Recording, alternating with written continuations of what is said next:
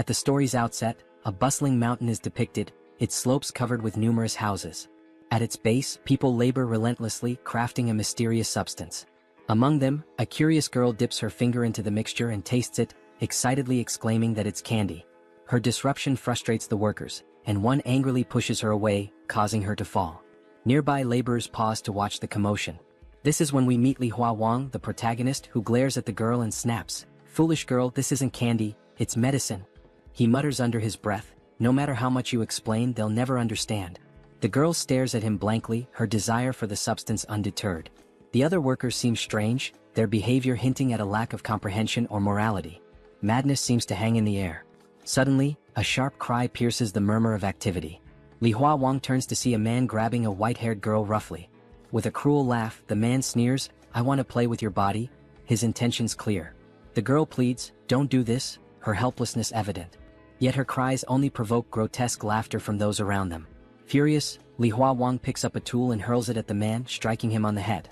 The man yells in pain as the white-haired girl hides behind Li Huowang. Seething, the injured man growls, "You've made a huge mistake. When the master hears of this, you'll be dead." Unmoved, Li Huowang coldly replies, "I'm not afraid of the master. To me he's nothing." His boldness leaves everyone stunned. No one had ever spoken of the master with such defiance. The injured man sneers, warning, "You'll regret this." Before long, a guard arrives, his mere presence silencing the scene. Dressed in white, he announces, "The master has summoned Li and Wang." Wang is revealed to be the candy-obsessed girl. Ecstatic, she skips after the guard, convinced the master has called her to give her more candy. As they proceed, the white-haired girl clings to Li Huowang's clothes, pleading, "Don't go. It's too dangerous." But Li Huowang brushes her off, determined. The candy-obsessed girl remains blissfully unaware, humming and skipping along. As they leave the mountain, Li Huowang reflects on his anger, questioning why he let himself get so involved. His thoughts are interrupted when the girl playfully pushes him. Irritated, he grabs her hand and demands, "What is your problem?" She innocently asks, "Do you want candy?" Without responding, he accepts the substance she offers, knowing it's the medicine they've been making. They reach the master's domain, where a fire blazes beneath a massive pot. The master, a grotesque figure with bloody teeth, turns to them laughing. "You made me wait," he says, his voice dripping with malice. Suddenly, he grabs the candy-obsessed girl by the neck and hurls her into the boiling pot. She squeals, "Is this candy, master? Did you throw me in here to give me so much candy?" Even as her body is crushed and twisted, her delusion persists. Li Huowang watches in horror, paralyzed. The girl's screams echo as the master reduces her to a paste, her broken body fueling the fire. The realization hits Li Huowang like a blow. The medicine they've been making is crafted from human remains. Overcome, Li Huowang begins to whisper, "This isn't real. This is all a lie." Yet the stench from the cauldron rises, and the master inhales it with satisfaction, reveling in the twisted reality of their world. At the heart of the narrative, Li's persistent refrain, "This is all fake. Nothing is real," sets the tone for a startling turn of events. While muttering to himself, Li's words unintentionally catch the ear of his master, who misinterprets them as an insult, thinking Li has called him "fart master." Enraged, the master demands an explanation, shouting, "What did you say? What am I?" Li, lost in his own thoughts, continues murmuring, "This is all fake. This master's voice is fake." Frustrated by Li's apparent disregard, the master attacks him, furious at being ignored. But before the confrontation escalates, reality begins to unravel. Li's body starts to disappear, glowing with an intense green light, until the scene freezes entirely. The next moment, Li awakens in a hospital. Restrained and surrounded by silence, he hears only the rhythmic beeping of machines and his own heartbeat. He is alone in a stark room, his surroundings contrasting sharply with the chaotic hallucination he just experienced. It becomes clear that Li is hospitalized, and his condition takes the story in an unexpected direction. A doctor enters, asking Li about his latest hallucination. Li, distressed, describes witnessing horrifying events, a master crushing a girl into paste and turning her remains into medicine. Even as he recounts the vision, Li struggles to understand its meaning, questioning if there's a deeper connection or purpose behind these vivid, seemingly real experiences.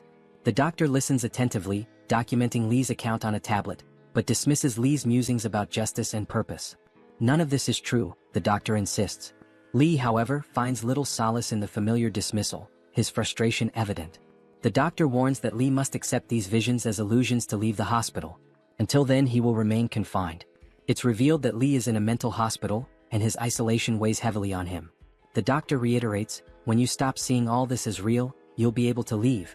After the doctor departs, Li gazes longingly, yearning for freedom and normalcy. Shortly after, a girl enters the room, her cheerful demeanor a stark contrast to Li's despair.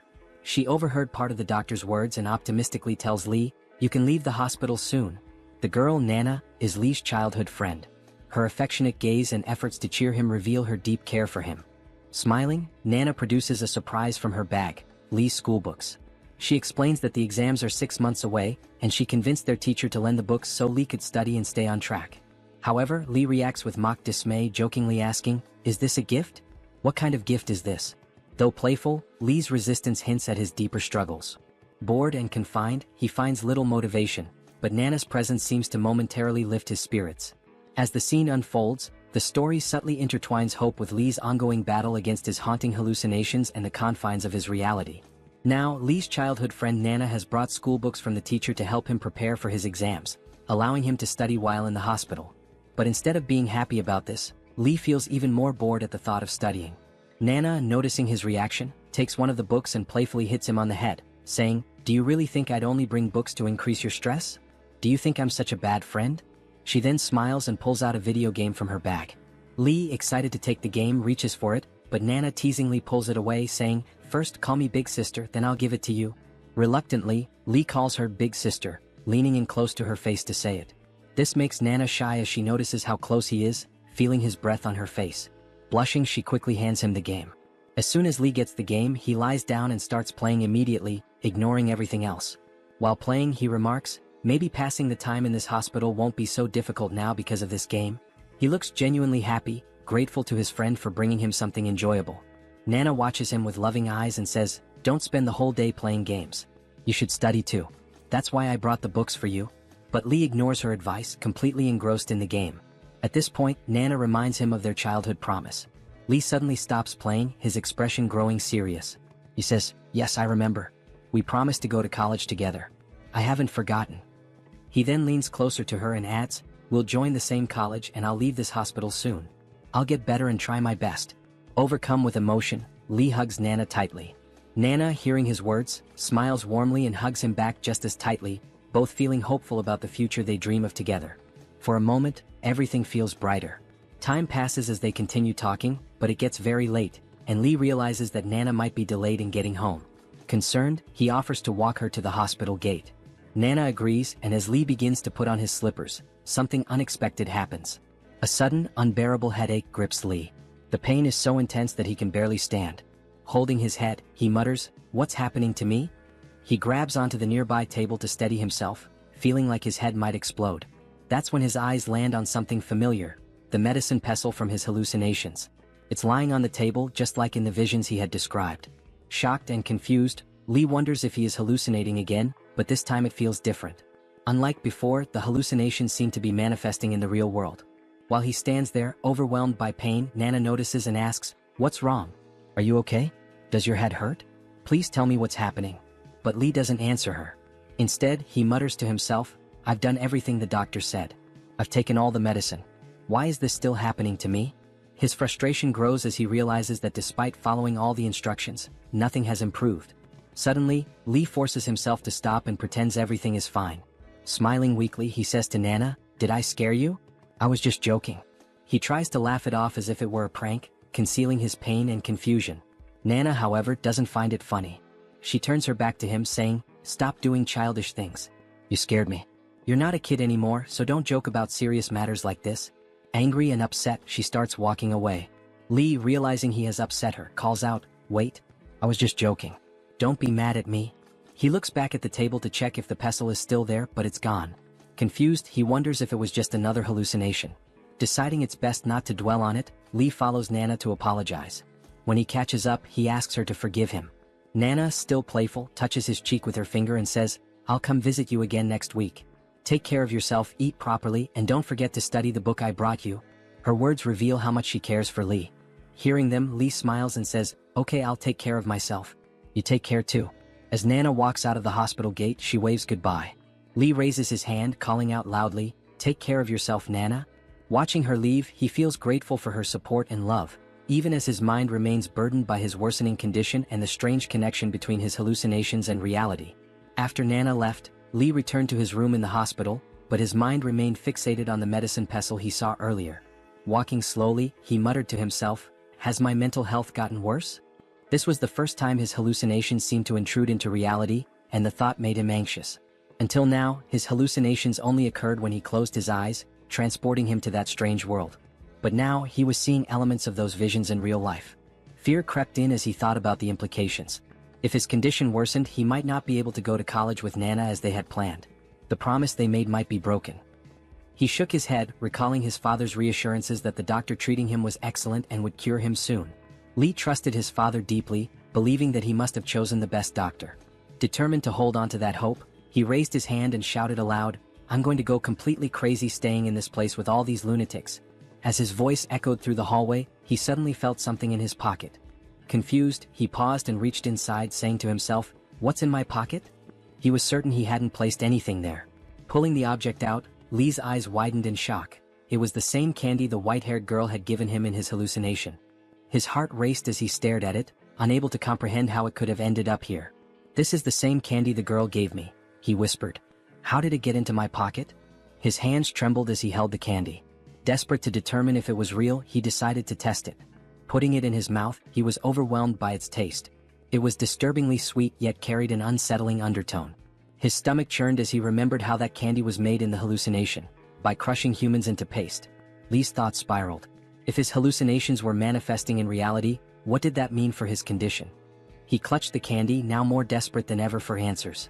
If the doctor sees this, maybe he'll understand what's happening to me. Maybe I'm not crazy after all, he reasoned.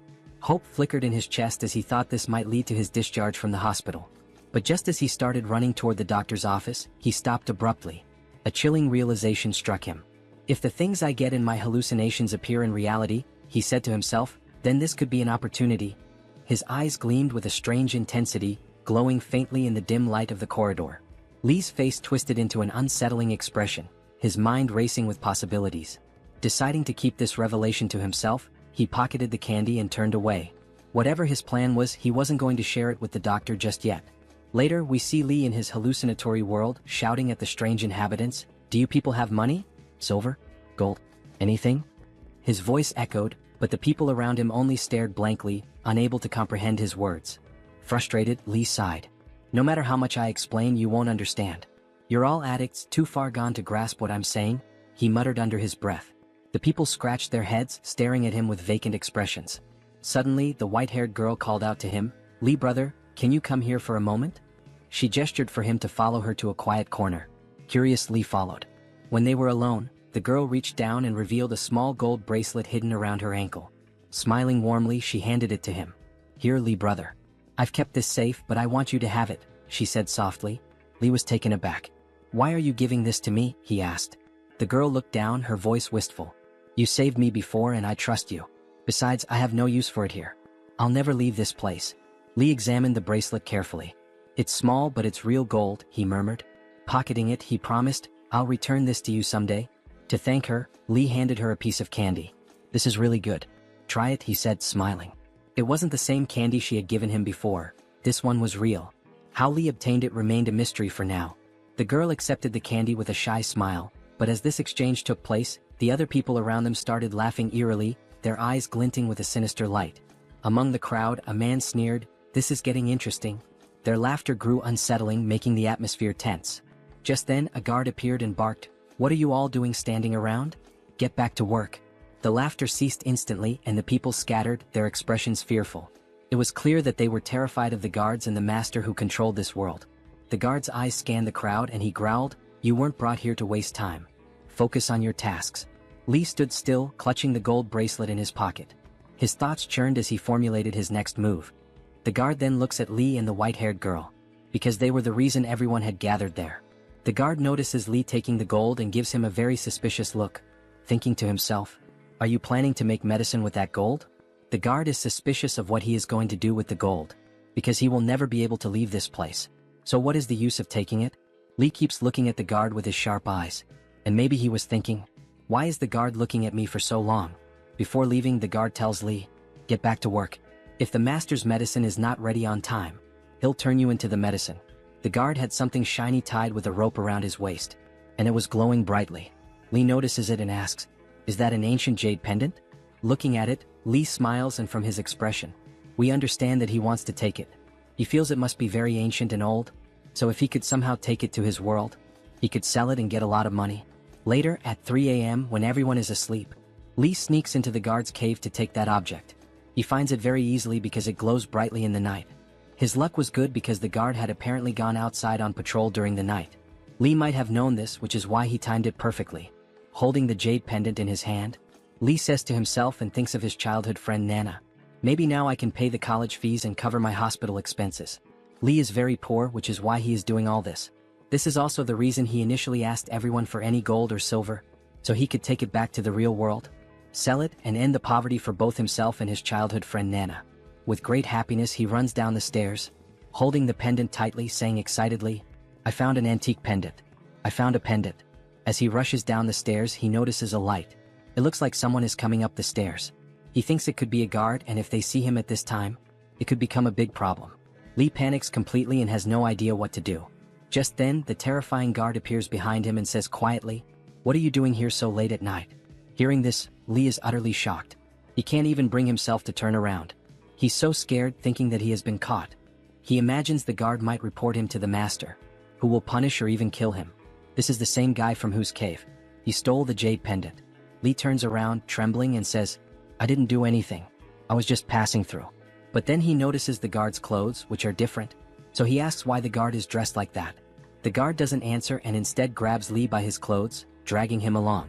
While dragging him, the guard says, People are escaping from here and you'll have to come with us. There were other guards with him, and as they pulled Li along, one of them added, If you stay here you'll die one day. Li asks in disbelief, Are you guys really escaping from this place? He finds it hard to believe because they are all guards, and the idea of guards running away surprises him. Suddenly the angry guard shoves Li roughly and yells, You'll never be able to escape from this place if you don't come with us. What did you think?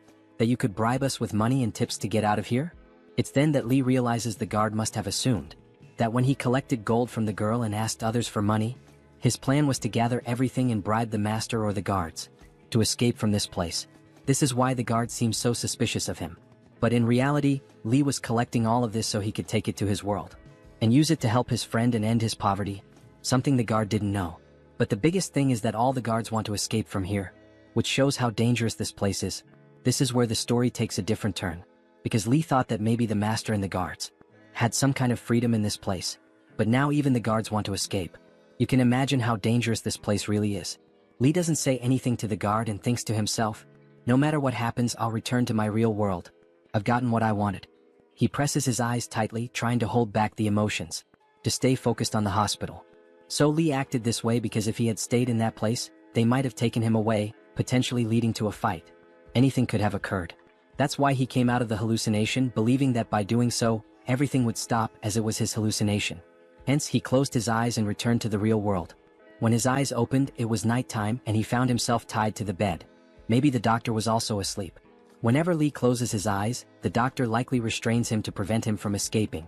It's possible that while Li is trapped in his hallucinatory world, the doctor takes certain actions. This could explain why the doctor keeps him bound. Looking around, Li mutters to himself that it's still very late at night, and the nurses are probably all asleep. He feels the need to check if the pendant and gold he took have made their way into this reality. However, if a nurse were there, they might have untied his hands and feet, allowing him to verify it. For now, he must wait until morning as he has no other choice.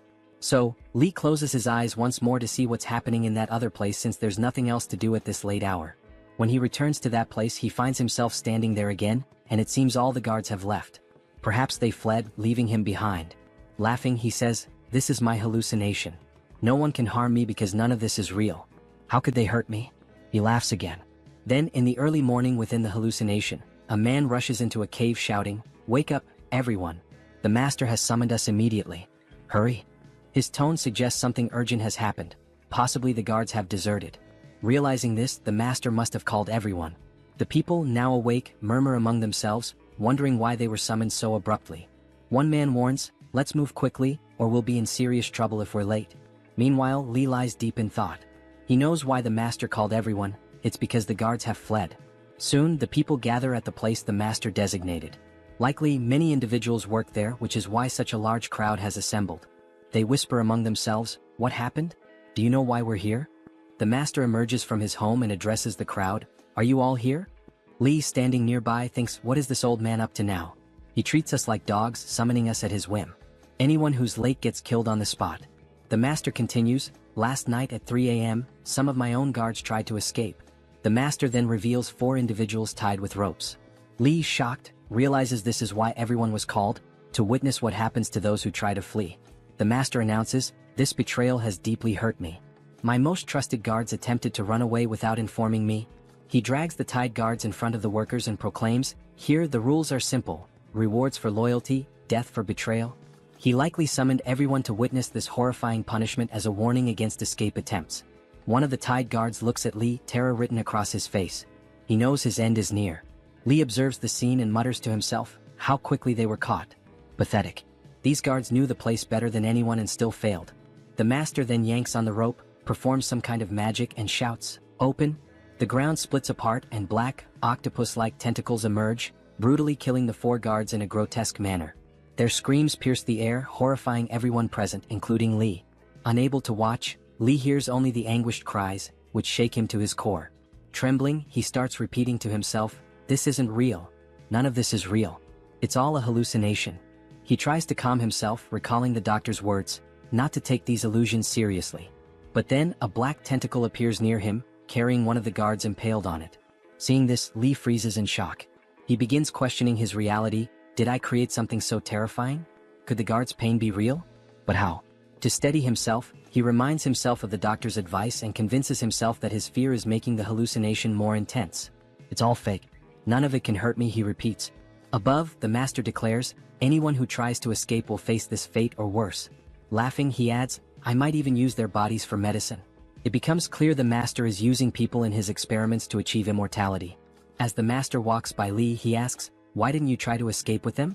This reveals the master knew of the guard's plans involving Li. But Li remains silent, thinking this is just a hallucination. I don't need to fear him. The master places a hand on Li's head and says, good. You made the right choice by not joining them. You'll no longer be a mere worker. You'll manage the supply room. Li realizes he's been promoted, a safer and better position, but he also knows this favor comes with risks. Before leaving, the master gives Li a new name, Xuanyang, after one of the guards he just killed. This unnerves Li as it shows how little human life is valued here. The master hands Li a bag containing 5 pills, explaining, each pill extends your life by 10 years and enhances your strength. Use them wisely. He laughs, adding, here good deeds bring rewards and betrayal brings death. Li reflects on his situation, realizing that while he has been rewarded, the danger remains ever present. Then he snaps out of his hallucination and returns to his reality. He finds it hard to believe that everything he had brought back from there now exists in the real world as well. Placing everything on the bed, he examines it closely. Perhaps it was just an illusion. That's why he needed to carefully check if it was real or not. To uncover the truth, he would have to show it to someone. Li then stares at the pill in his hand with astonishment. If everything the master said was true, consuming this pill would not only drastically enhance his strength but also prolong his life. A very enticing prospect. Talking to himself, he wonders if it would really work. But how could he find out? Hesitantly, he decides to use its power to confirm. Just as he's about to take the pill, his friend Nana bursts through the door furiously, almost breaking it open. Why did you call me here? What's so urgent? She demands. I left my class, skipped my meal, and rushed over because you said it was important. You made it sound like an earthquake hit. What's going on? Do you have something serious to say? If this is just another prank or act like last time, tell me now. You'll regret wasting my time. Li doesn't respond and quietly walks to close the door. Looking around cautiously, he locks the door and shuts the windows too. Seeing this, Nana feels awkward and stammers, what are you doing? Why are you closing everything? There are cameras in this room and the nurse can hear us. If we do anything, they'll know. Nana assumes Li might want to kiss her, or perhaps something more, which makes her even more flustered. When she mentions that the nurse might overhear them, the speaker suddenly crackles and the nurse, laughing, teases them. Go ahead and do whatever you want. We won't listen. Ignoring the comment, Li holds up the pendant in front of Nana and speaks into the speaker. Will you stop disturbing us? Don't you understand the concept of privacy? We can have a private moment too. Nana, noticing the pendant, asks, what is this pendant? What do you want me to do with it? Li responds, don't say anything. Let me whisper something in your ear. Don't react. Just listen. If you react, there might be a camera in this room and it could create a huge problem. Days later, we see that nearly 5 days have passed. Li reflects on how his family and parents don't trust him. Everyone thinks he's lost his mind. The only person who believes in him is Nana. She trusts him and doesn't see him as crazy. Li relies on Nana entirely, knowing she won't mock him like his family and doctors. To him, she is his last hope, the one person who understands him. At that moment, the microphone crackles again, and the nurse announces that his girlfriend has come to visit him. Li, who had been anxiously waiting, feels overjoyed upon hearing this. A smile spreads across his face as he mutters, "I knew my friend would come. He'd never betray me. I trust him completely." As he eagerly heads out of his room, some hospital guards approach. Being in a mental hospital, guards are stationed to maintain order. When Li notices them, he feels confused and decides to ask one of them what's happening. He asks, "What's going on? Is something wrong? Why are you all so prepared?" One of the guards quickly replies, "Close your door and don't come out no matter what you hear or see." The guard's tone is urgent and almost fearful, leaving Li puzzled. The guard explains that a dangerous patient has escaped. A true psychopath capable of anything, even murder. He warns Li to stay alert and cautious. Before leaving, the guard instructs him to report immediately if he spots the escapee. Left alone, Li processes what he's just heard. He thinks about how dangerous the situation must be for there to be such a commotion. Still, his friend is waiting for him and that's his priority. Despite the risk, he decides he has no choice but to step outside. He still needs to meet his friend, who must be waiting for him. Cautiously, he sneaks out to find his friend, making sure no one notices him, especially not the escaped psycho. If that lunatic spots him, it could spell big trouble since he is incredibly dangerous. Somehow, Li manages to slip out of the hospital and meet his friend in a secluded spot. The two of them start talking privately. Nana tells him, "I sent off the gold and the pendant you gave me. The pendant was ancient and valuable, so it sold for a good price. But the gold was too light, so I didn't get much for it." Hearing this, Li runs a hand through his hair in a stylish manner and exclaims, "I knew it. I knew it. I'm not crazy." He then bursts into laughter, a sound unsettling and eerie. Suddenly, the atmosphere shifts and he begins experiencing hallucinations again.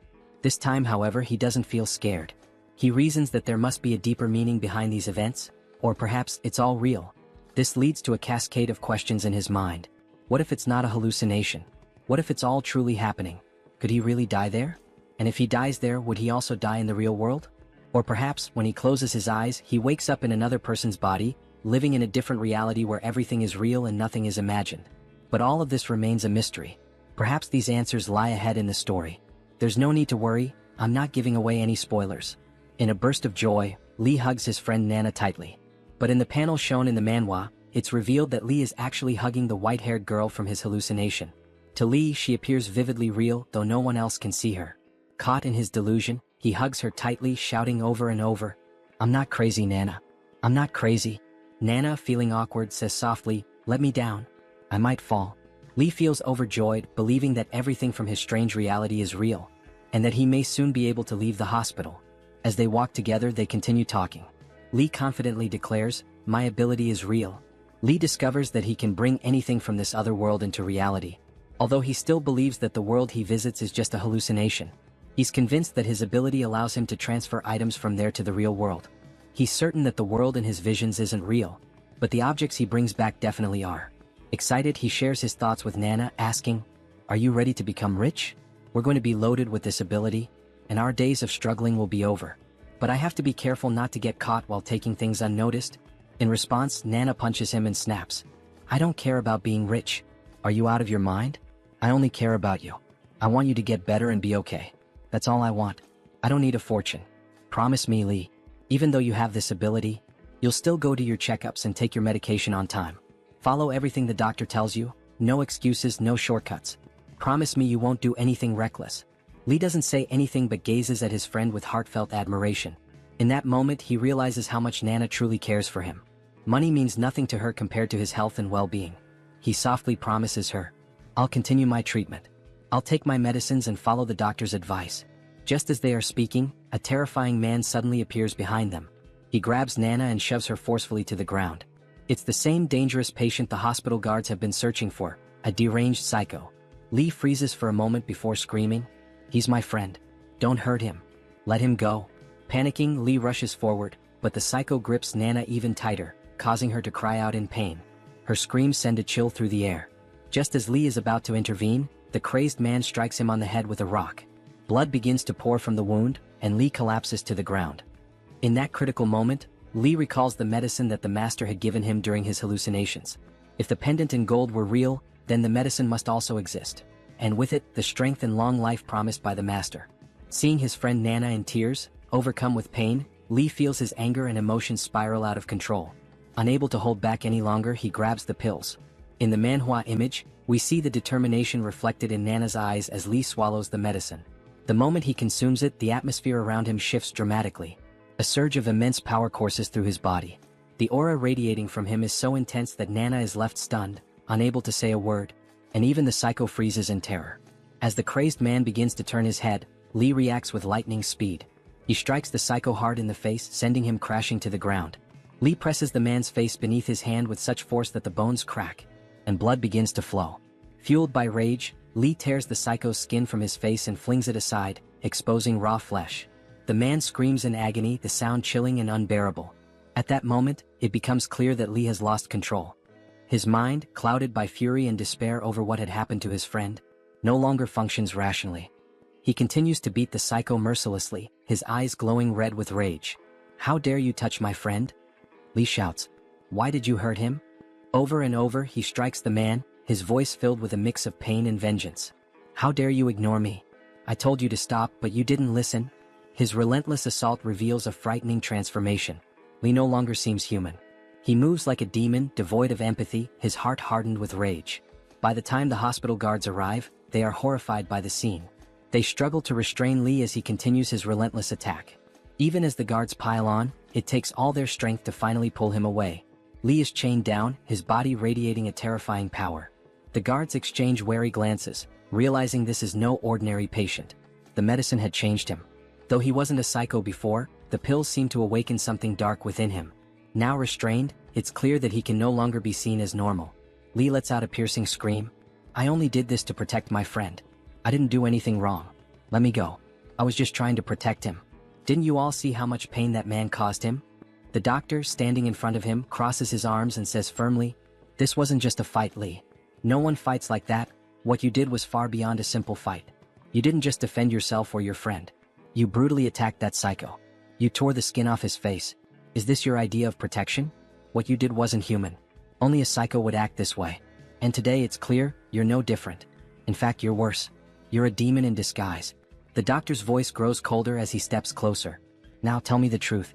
How did you beat that man so viciously? Where did this power come from? You've been here for weeks. I've seen you struggling to eat. You were weak, barely able to move some days. So how all of a sudden do you have this kind of strength? What changed? What are you hiding?" Li remains silent, avoiding the doctor's piercing gaze. His thoughts race. "If I tell him, he'll think I'm even crazier. He'll punish me even more." The doctor, noticing Li's silence, narrows his eyes and says, "Answer me, Li, properly. If you lie or refuse to speak, the consequences will be severe. You haven't seen my true nature yet. When my patients lie to me, I make sure they regret it deeply. I've been patient with you so far, but don't test me. If you don't speak up, I'll make your life here a living hell. Something you'll never forget." Even with the doctor's threats hanging in the air, Li says nothing. He keeps his thoughts to himself. Why should I tell him? He'll just think I'm crazy. And if I tell him the truth, they'll start running tests on me again. They'll take everything I bring into this world, and I'll never have the chance to sell it. Li stays silent, staring at the floor, his fists clenched. The doctor leaned closer, his voice sharp and commanding. "Are you listening to me? Close your eyes," he said firmly. Li hesitated, unsure of what the doctor intended. Refusing to comply, he stared back in defiance. The doctor's irritation flared. "I told you to close your eyes," he barked. Reluctantly, Li finally began to close his eyes. As his eyelids shut, the world around him blurred and dissolved, and when he opened them again, he found himself in the hallucination world. A sense of relief washed over him, and he thought, maybe this is how it's meant to be. In the hospital, they're always talking to me, questioning me, doubting me. But here I'm free. Here no one can ask me questions. This is my escape. In this world, he saw a massive statue of an old man sitting in a meditative pose. Nearby stood his master, the one who always seemed to guide him in this strange place. His master spoke with authority, addressing a group gathered around him. "Today we have a newcomer joining us," the master announced. "Huowang, you'll be working with us from now on. If he makes any mistakes, forgive him. He's new here and doesn't yet understand this place or its work. But I trust that he will learn everything gradually." Beside Huowang stood another man, older and more experienced. The master continued, "You'll be his senior. It's your responsibility to guide him, teach him about this place, and show him how things are done. Now, the master said with finality, "It's time to rest. It's 9 o'clock. Let's have dinner and then call it a day." As the group began to disperse, Li noticed something odd. One of the men, standing next to the master, was staring at him with an intense, almost unnerving gaze. The man's piercing eyes seemed to hold some kind of knowledge about him. Li couldn't shake the feeling and thought to himself, "Why is this guy looking at me like that? Am I a girl or something? Is there something on my face? What's his deal?" It was the first time Li had seen this man in the hallucination world, and they had no connection. So why the intense stare? Later, as Li and his assigned senior walked up a flight of stairs, Li broke the silence and asked, "Who was that guy staring at me back there? And why was he looking at me like that?" The senior glanced at Li and answered, "His name is Senior Brother Jin Khan. He's unique. You'll get used to him." Li learned from his senior that the man's name was Jin Khan. The senior continued, "Ever since Jin betrayed the master, there's only been one inner disciple, Brother Jin Khan. He's the master's most trusted confidant and handles all the important tasks. The master relies on him completely. Whoever you meet here, show them respect. Speak politely to everyone and don't act rudely. If you do, the master won't take it lightly. He's very strict when it comes to respect, so be mindful of that." As someone new to this world, Li appreciated the advice. He nodded and said, "Thanks for explaining everything. I'm new here and don't know much yet." Eager to contribute, Li asked, "Now that I'm the master's official disciple, what's my first task? What should I do next?" His senior replied, "For now, your main responsibility is to handle supply tasks around this place. Even though you're officially a disciple, you're not close to the master yet. If you want to earn his trust, you'll have to work hard and remain loyal to him. Always show respect. If you do well, the master might one day teach you the ultimate secret, immortality." Li's eyes widened with excitement at the mention of immortality. "Immortality?" he exclaimed. "Can the master really teach me? When will he teach me? Tell me, please." His senior chuckled at Li's enthusiasm and said, "Calm down. Right now, the master isn't going to teach you. He doesn't trust anyone easily. The only person he trusts is Jin Khan. If you want to learn about immortality, you'll first need to win the master's heart. That means working hard, proving your loyalty, and becoming an inner disciple. Even then, it's not guaranteed. Many people have tried and failed to earn his trust, and it often takes years. For now, forget about immortality. Focus on your current tasks. Maybe in 1 or 2 years, if you're persistent and loyal, the master will see your worth and begin teaching you." Li's amazement grew as he processed this information. He thought to himself, "This place is truly incredible. So many hidden secrets lie here. If I could learn about immortality, it would change everything." After learning about the hidden wonders of the place, Li's curiosity grew insatiable. He wanted to uncover all the mysteries it held. However, his immediate focus remained clear: to bring something valuable from this world back to the real one, not just to escape poverty for himself but to help his friends too. That thought consumed him. Then, his perspective shifted when he stumbled upon a place where medicines were made. He watched in horror as people were killed, their essence fueling the creation of magical substances. A large cauldron bubbled violently, and strange, shimmering ingredients were added to it. The master stood before the cauldron, opening it with a commanding gesture. Inside, the contents glowed as 2 magical medicines formed, one green and one red. Li was stunned. "How foolish have I been?" he thought. "I was only thinking of taking money from this world, but these medicines hold unimaginable power. If I could take them to the real world, I could become invincible, maybe even immortal." The desire to take the medicines burned within him. He imagined harnessing their power to reshape his life, to protect his friends, and to achieve anything he desired. But then a troubling thought crossed his mind. What if I take the medicine without knowing its effects? What if it's too much for my body to handle? I could overdose and lose control, or worse, die. He realized he needed to tread carefully. First, he had to learn everything about the medicines and their powers. Determined, he resolved to focus on his current task, earning the master's trust. If he could do that, perhaps the master would teach him the secrets of immortality.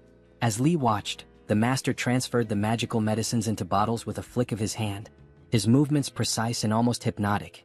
Then the master turned to Li and said, "If you're here for the supplies, go and bring them." The girl with the white hair. Li froze. His blood ran cold. The girl with the white hair? His master intended to use her, his friend, the one who called him brother, as a component in the cauldron. Li's mind raced. How could I do this? How could I betray her and bring her to die? He couldn't bring himself to even consider such a thing. But before he could respond, the master stepped closer, his tone growing sharp. "Didn't you hear me? I said bring the supplies." Feeling trapped, Li closed his eyes tightly, unable to face the situation. He willed himself to return to his real world, desperate to escape the impossible choice. When he opened his eyes, he found himself back in the hospital. Standing before him were the doctor and his mother, their faces filled with concern. "Mom?" Li asked, surprised. "What are you doing here?" His mother rarely visited him, and her presence made him uneasy. His mother's eyes were filled with worry as she said, "The doctor called me. He told me about what happened to you. That you were attacked, hurt badly on your head." She stepped closer, placing a gentle hand on his shoulder. "Are you okay, my son? Do you have a headache?" Li forced a smile, trying to reassure her. "I'm fine, Mom. I don't feel any pain."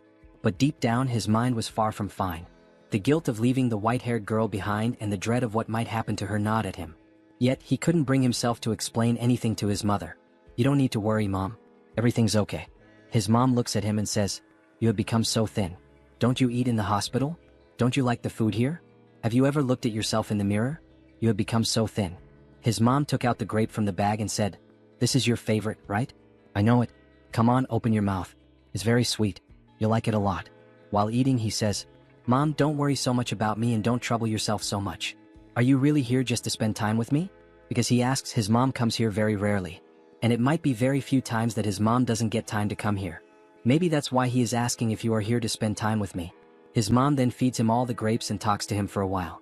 His mom says, "If you don't get up, the doctor will take me to the crazy man's parents. And I will scold them a lot." His parents are waiting downstairs, so the doctor tells his mom that the crazy old man's family is waiting downstairs. So hurry up or they will leave. His mom says, "Let me talk to my son for a little while longer. There is still something important I want to tell him." Because of this, it's clear that his mom loves Li so much. And she is very strict with their parents for throwing stones at her son's head. Li says that he didn't do anything. He just fought with the old man to save his friend. His mom tells him not to worry, that she always trusts him and will handle everything.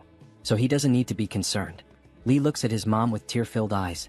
And as she leaves, she tells him to always listen to the doctor and take his medicine on time, assuring him that he will get better soon, and that he doesn't need to be scared because his mom will always be with him.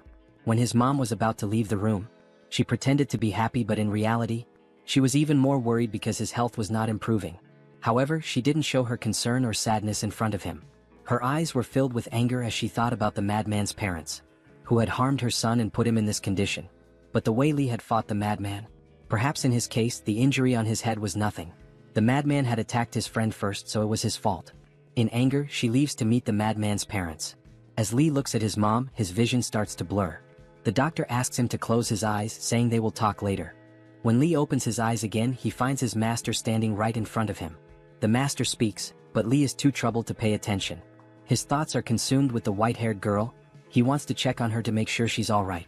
As he considers returning to find her, his master suddenly grabs his face with a tight grip. Startled and confused, Li struggles to understand why his master is holding him like that. Before he can ask, the master pulls something from his hand and says, "If you're awake now, eat this, my servant." Laughing, the master shoves the object into Li's mouth.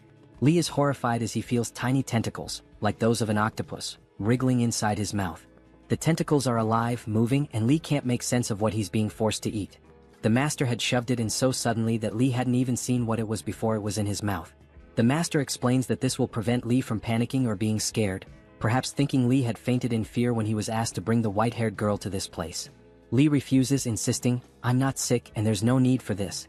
He pulls the black tentacles from his mouth, and as he looks at them, he realizes his tongue has turned black. The master, unbothered, orders his guards to force-feed Li. Two guards approach with firm grips, holding Li's head and knives, ready to force the substance into his mouth. The master coldly commands, "You must eat this or they'll make you eat it." As the guards prepare to hold him down, Li suddenly feels bubbles rising around him, and his face slowly starts to sink into water. The moment his face touches the water, Li wakes up in his real world, where his friend Nana is looking at him, calling his name in concern. Nana, worried, asks if something is wrong or if Li had seen something frightening in his hallucination. Li doesn't respond, choosing to stay silent as he looks at his friend, grateful for her presence. Just then, Li notices the doctor standing nearby. As soon as their eyes meet, the hallucination begins again. The doctor asks, "What did you see this time?" He notes Li's panicked reaction, his heart racing, and continues to probe, "You're so panicked and screaming while in the hallucination." Li, still shaken, decides not to tell the doctor about everything he had experienced. He doesn't want to alarm Nana, who is still standing close by. If she heard, she would surely be scared and worry about him even more. So Li simply says to the doctor, "I didn't fully see everything yet. It wasn't complete." Li then asked the doctor for medicine, telling him he needed a break from the hallucination-filled world. The medicine could stop the hallucinations for a brief time, and the doctor, surprised by the request, realized it was the first time Li had asked for it. As the doctor began to leave the room, he informed Li that the medicine had already been placed on the table. The doctor explained that the medicine only worked temporarily, and if Li truly wanted to escape his situation, he would need to apply everything he had been taught. He added that Li should let things unfold naturally, without interfering with anything. The doctor didn't explain why he said this, but it seemed like he had a reason. Nana, Li's friend, handed him the medicine along with a glass of water. Nana was holding 4 or 5 pills in his hand, but Li, panicking, quickly said he didn't need water to take the medicine. He insisted, "Just give me the medicine." As Li took the pills, he started hallucinating again, and saliva began to drip from his mouth. When Li swallowed the medicine, a black liquid began leaking from his mouth, something he could only see in his hallucination. After taking the medicine, Li confidently said, "Now I'm saved. After this, I won't have any more hallucinations." Upon hearing this, his friend became very anxious and asked what he meant by that. He asked if something terrible had happened to Li during the hallucination. His friend was deeply concerned, wondering if the hallucination had caused something horrible to happen to Li. Li didn't want to reveal the truth, but trying to calm his friend, he laughed and said, "It was just some crazy guy trying to feed me something disgusting and talking nonsense." He laughed it off, pretending everything was fine. However, as we focused on Li's face, we noticed that his mouth had turned black, something he was completely unaware of. Trying to maintain his composure, Li then said confidently, "I'm a modern young guy. These hallucinations don't scare me. I know it's all nonsense and none of this could ever happen in reality. So there's nothing to be afraid of." His friend seemed slightly reassured, but just then tentacles began to emerge from Li's mouth. Suddenly, Li found himself back in that strange world without closing his eyes or even falling asleep. The black tentacle they had forced him to eat caused him immense pain. His eyes widened in shock as he struggled to breathe, tears streaming down his face. He couldn't understand how this was happening. "I already took the medicine," he thought. Despite the medicine, he had somehow ended up back in that world. The strangest part was that Li hadn't even closed his eyes, and the medicine was supposed to prevent these hallucinations. He started talking to himself, saying, "If I just close my eyes and open them again, I'll return to my real world. Nothing will happen. There's nothing to be afraid of." He kept reassuring himself as he tightly shut his eyes. But when he opened them again, he was still in the same place with his master and the 2 guards standing before him. This time he couldn't escape. His master spoke, saying, "Li, you have hysteria. That's why we gave you this substance. It will cure your hysteria. Now you can do your job properly." Then his master and the guards left, laughing, leaving Li behind, sitting in unbearable pain, tears streaming down his face. Black tentacles began to emerge from his mouth, but Li wasn't focused on the pain. Instead, one question consumed his mind: is this world truly real? And the world he had been returning to with all those people, was that fake? Li's heart shattered. Everything he had dreamed of, especially his moments with his friend Nana, suddenly felt like lies. Could it all have been false? He began to believe that this world might be the real one. After all, even though he had taken the medicine and hadn't closed his eyes, he still ended up here. And now, even closing his eyes couldn't bring him back to what he thought was his real world. Impossible. Nana is not an illusion. After finally swallowing the medicine, Huowang, crying, believes she hasn't left him. But Nana vanishes with the wind into the air. Huowang begins to scream desperately, "Why am I in this cursed place? Why won't this illness let me leave?" The next day, as the members cultivate, Bai Lingyao slowly approaches with 3 steamed buns. "Senior brother Li hasn't eaten all day," she says. Then he asks, "How did you get this pendant?" Lingyao replies that she received it as a gift from him. She explained that she didn't want it, but he insisted, pushing it into her hands. "After forcing me to accept it, you laughed and hugged me, saying you weren't sick." The protagonist questions, "And then?" Lingyao continues, "Senior brother Wang took the chance to strike your head with a rock. He thought you were dead and then tried to abuse me." Huowang, curious, asks, "That chubby guy with the cleft lip? What happened to him? Wang, was it?" The girl explains, "He was killed by senior brother Li, don't you remember?"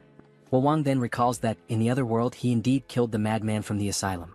He thinks to himself, so it wasn't the old Lu. There is no old Lu after all. I'm just completely insane. In the next scene, a cauldron is shown being cleaned. If this place is truly reality, he ponders, then the former sister and the cultivation group, not just them but everyone here, will die. And the one responsible for all this is that mangy-headed bastard. Xianyang, it seems you have something to tell me. When did that mangy-headed one appear? Master, Xianyang responds, answer my question. What are you thinking right now? This disciple, who admires the master's cultivation art with love, was merely pondering when I might reach such a level of cultivation. Another disciple, envious, remarks, what a pathetic excuse. However, the master smiles. Ambition is good. It's not bad at all. The disciple is surprised, realizing the master fell for the ploy. The master explains, it's not that I don't want to teach you, but the path of external cultivation isn't simple. Ordinary pills and alchemy are one thing, but if you wish to master both internal and external cultivation to achieve immortality, Master, are you close to achieving immortality? Fortunately, I've surpassed certain hurdles. But immortality isn't simple. However, this master can surely achieve it. Do you know why? This disciple doesn't know the reason. Another disciple interrupts, Master, it's almost midnight. If we don't begin refining the pills soon, we might waste precious time. Very well, let's prepare the ritual. Yes, Master. Xianyang, go to the materials room and fetch the medicinal herbs requested yesterday. What medicinal guide?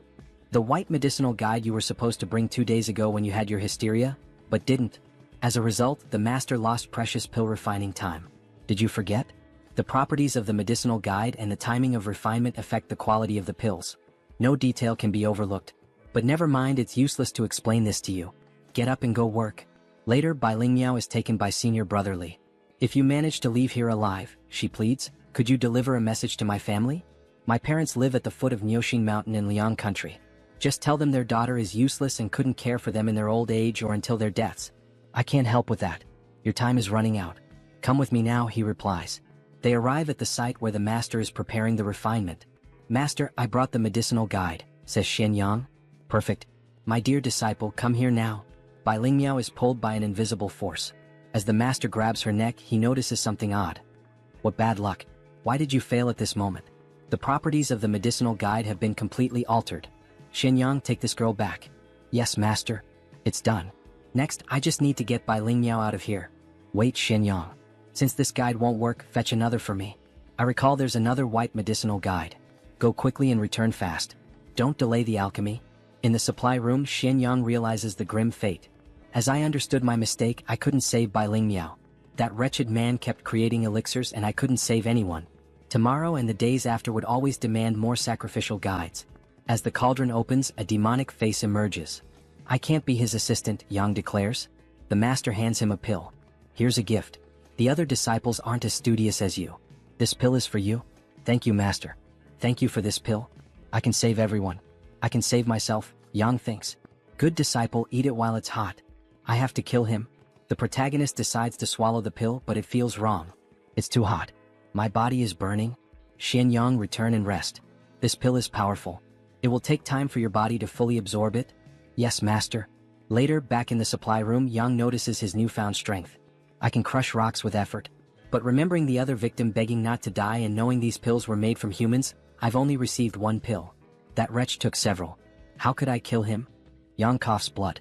Suddenly, the young girl appears and asks, are you okay?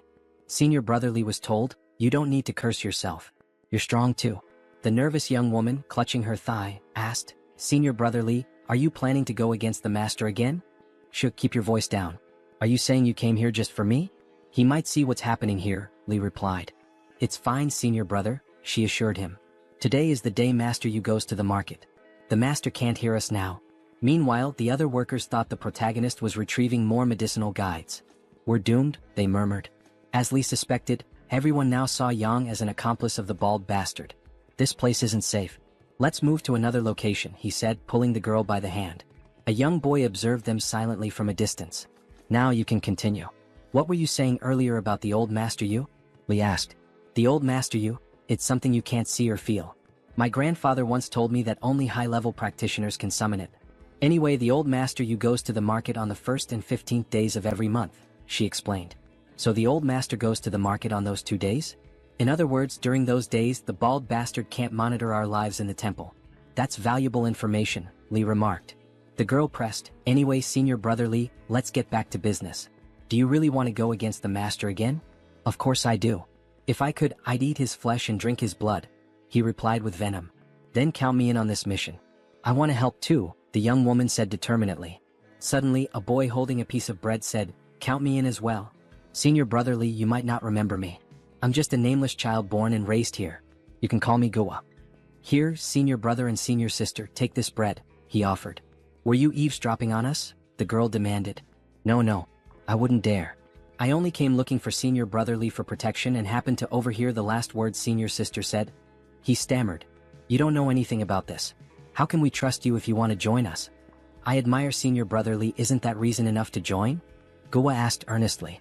Xianyang, wasn't your group formed in the same way at the beginning? Li asked. Guo, aren't you afraid of me? How could I be afraid? Senior brother Li's actions were inevitable too, Guo replied. Fine, you can join us. We're counting on you, Guo. Don't regret it, Li said. The protagonist reflected. I hope he doesn't meet the same fate as Xianyang's. In the days that followed, the group continued seeking ways to kill Dan Yangzi, but with just Li and the two others, it was almost impossible to deal with the master. During that time, they moved the medicinal guides from the storage room to the alchemy room one by one. The protagonist couldn't forget their final words, echoing in his head until the 8th medicinal guide. Master, the medicinal guide is ready, Xianyang announced. Well done, Xianyang. You've been performing admirably lately.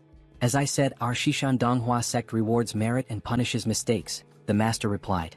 Since you want to learn alchemy, I'll start teaching you today the formula for creating the nutritive pills. Don't underestimate the formula. Though it's simple, it remains a heavenly method recorded in celestial scriptures. The master explained, remember this, 20 taels of human elixir, half a caddy of balsam seeds, 24 sunrise stones. The fire must be lit at 3 a.m., the bathing hour. Use your eyes to illuminate it silently, your breath to boast it, and your spirit to fumigate it. Gradually raise the fire with a gentle flame and relight it at 4 a.m. Then exhale. While listening, Xianyang secretly wrote the formula on his clothing.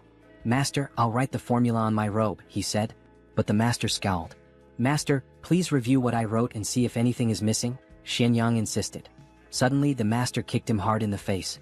Why the hell did that maniac do that? Why did he suddenly kick me? Xianyang thought. Although his handwriting wasn't great, it was legible. The master hadn't even looked at it. He seemed more concerned about the act of writing the recipe. Wait, Xianyang realized. Back when we were in class, we never had scriptures or any written records from this temple. Everything taught so far was passed down orally. Could this cursed maniac be illiterate? If he can't read, then who read the celestial book he claims to follow? Another disciple approached. I didn't expect this, Xianyang. The master is willing to share the celestial book's formula with you. He must truly value you. Senior brother Zhengkuan, this is the master's way of showing his favor, Xianyang said carefully. But Zhengkuan, angered, punched Xianyang in the ribs. Who do you think you are? He growled. Bruised but undeterred, Xianyang smirked. The master recognizes my efforts in cultivation. Perhaps you're just not good enough, senior brother Zhengkuan. Infuriated, Zhengkuan channeled magic into his hand and struck Xianyang with such force that the impact echoed throughout the temple. Time passed. Zhengkuan sneered, Junior brother Xianyang, why are you so disobedient? If it weren't for the master's pills, you'd be dead by now. Didn't I tell you not to provoke Zhengkuan? Why do you keep doing it? As the days continued, Xianyang's suspicions about the master and his twisted methods deepened. With each attempt to escape or resist, the group faced increasing peril. The temple's secrets remained shrouded in fear, manipulation, and bloodshed. The protagonist began to laugh maniacally. Didn't the master already give junior brother Xianyang the medicine? Why is he acting crazy again? Someone questioned. A breaking point has been found, the protagonist declared, laughing like a madman. After the chaos, the protagonist deliberately created further conflicts with Zhengkuan to provoke him into revealing news about his master. Judging by Zhengkuan's expression, it seemed something significant was about to happen. The protagonist secretly observed Zhengkuan, but Zhengkuan continued his training step by step as usual. Just when the protagonist thought he might have been mistaken and that Zhengkuan wasn't as greedy as he seemed, February 15th arrived. On that day when Li Tu began refining pills, Zhengkuan deviated from his usual practice. The door to Li Tu's residence was left open, signaling that Zhengkuan had someone inside to investigate. Suspiciously, Zhengkuan chose to stand guard outside at such a critical moment. Was it really him? Disciple Yuan? The two disciples conversed, and after a moment, they used a talisman and disappeared. They've finally left, the protagonist thought. The restriction on the room must have been lifted by Zhengkuan and his group. Now is my chance to enter. Inside, the protagonist grimaced. This place reeks like the stench of rotting rats. Suddenly he noticed a stone tablet. This stone, it must be the celestial script Li Tu mentioned. The writing is hard to read. This celestial scripture is clearly a sutra. There's no alchemical method written here. How could he refine pills using this rock? Unless... A mysterious voice interrupted, asking the protagonist, are you colluding with that person from earlier? Don't move. All it takes is ringing these bells, and her father will return immediately. I see. Fine, go ahead and ring the bells. I'll just wait for the master to arrive and discover you can't understand the celestial scriptures. You've been lying to him this entire time, the the protagonist retorted. How did you figure that out? Asked the frightened girl. So my suspicions were correct, the protagonist mused. She's the one interpreting the celestial scriptures for Li too. The girl stammered, but it's not my fault. I can't understand those damn celestial scriptures, but he forced me to keep reading them to him. Are you not afraid he'll find out? The protagonist questioned. He's illiterate. He'll always believe whatever I tell him, the girl admitted. So, the alchemical formula using humans to refine pills? Was that something you made up and fed to him as well? Yes, she confessed, nodding. I just remembered bits and pieces and told him that's what the scriptures said. Don't worry, it won't kill anyone. I don't want him to get hurt. I just don't want him to think I'm useless, that he'll discard me. I have no hands or feet. Suddenly, the protagonist grabbed a vase and smashed it to the ground. The girl cried out in pain. It hurts, she wailed. The alchemical formula might not kill people, but because of your formula, Li too is eating humans. The protagonist said coldly, glaring at her as she writhed on the ground, screaming for help. Moments later, all the sect members were gathered in the main hall. The master arrived with a grim demeanor.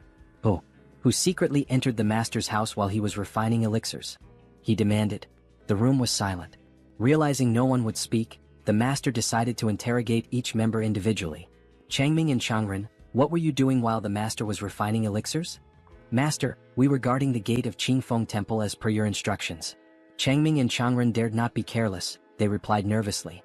The master emitted a murderous aura as he stared down one of the guards. And Shen Yuan? He asked. Shen Yuan began to explain himself, but the protagonist knew his turn was coming next. Shen Yang, the master called, placing a heavy hand on the protagonist's shoulder. After distributing the medicine today, where were you for the rest of the day? The protagonist responded. Disciple, returned to the hall to prepare the elixir materials you will need for the next refinement. The oppressive atmosphere hung thick in the air. The master asked again, did any of the disciples see Shen Yang in the house? No one answered. Think carefully before you speak, the master warned. If anyone helps uncover who invaded the master's house, not only will they be spared, but they will also be rewarded handsomely. Suddenly, the white-robed girl spoke up. Brotherly was with us at that time. I can vouch for him.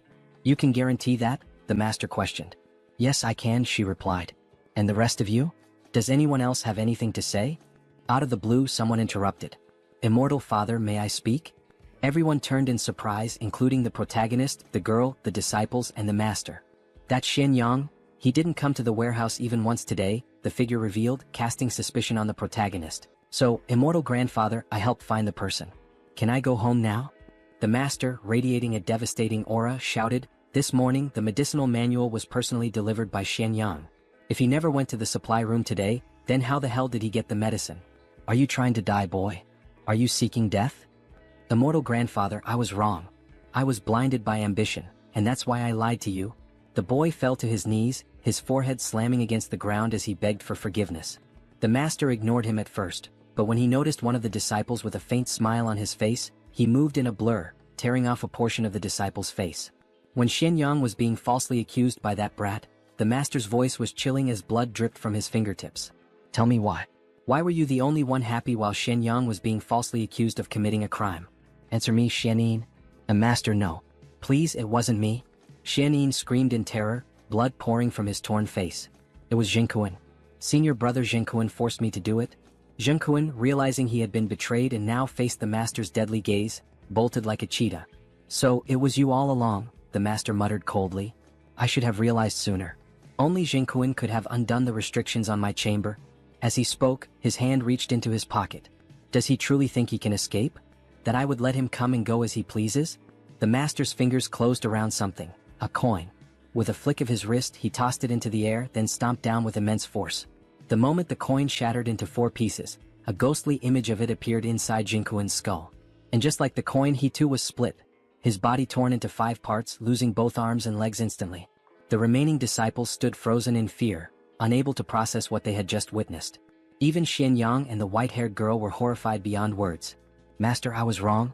When the gate veteran Jingda was hunting us down, it was my 2 younger brothers who sacrificed their lives so we could escape. Silence. The master's voice was cold, his gaze piercing. I know exactly what you're thinking right now.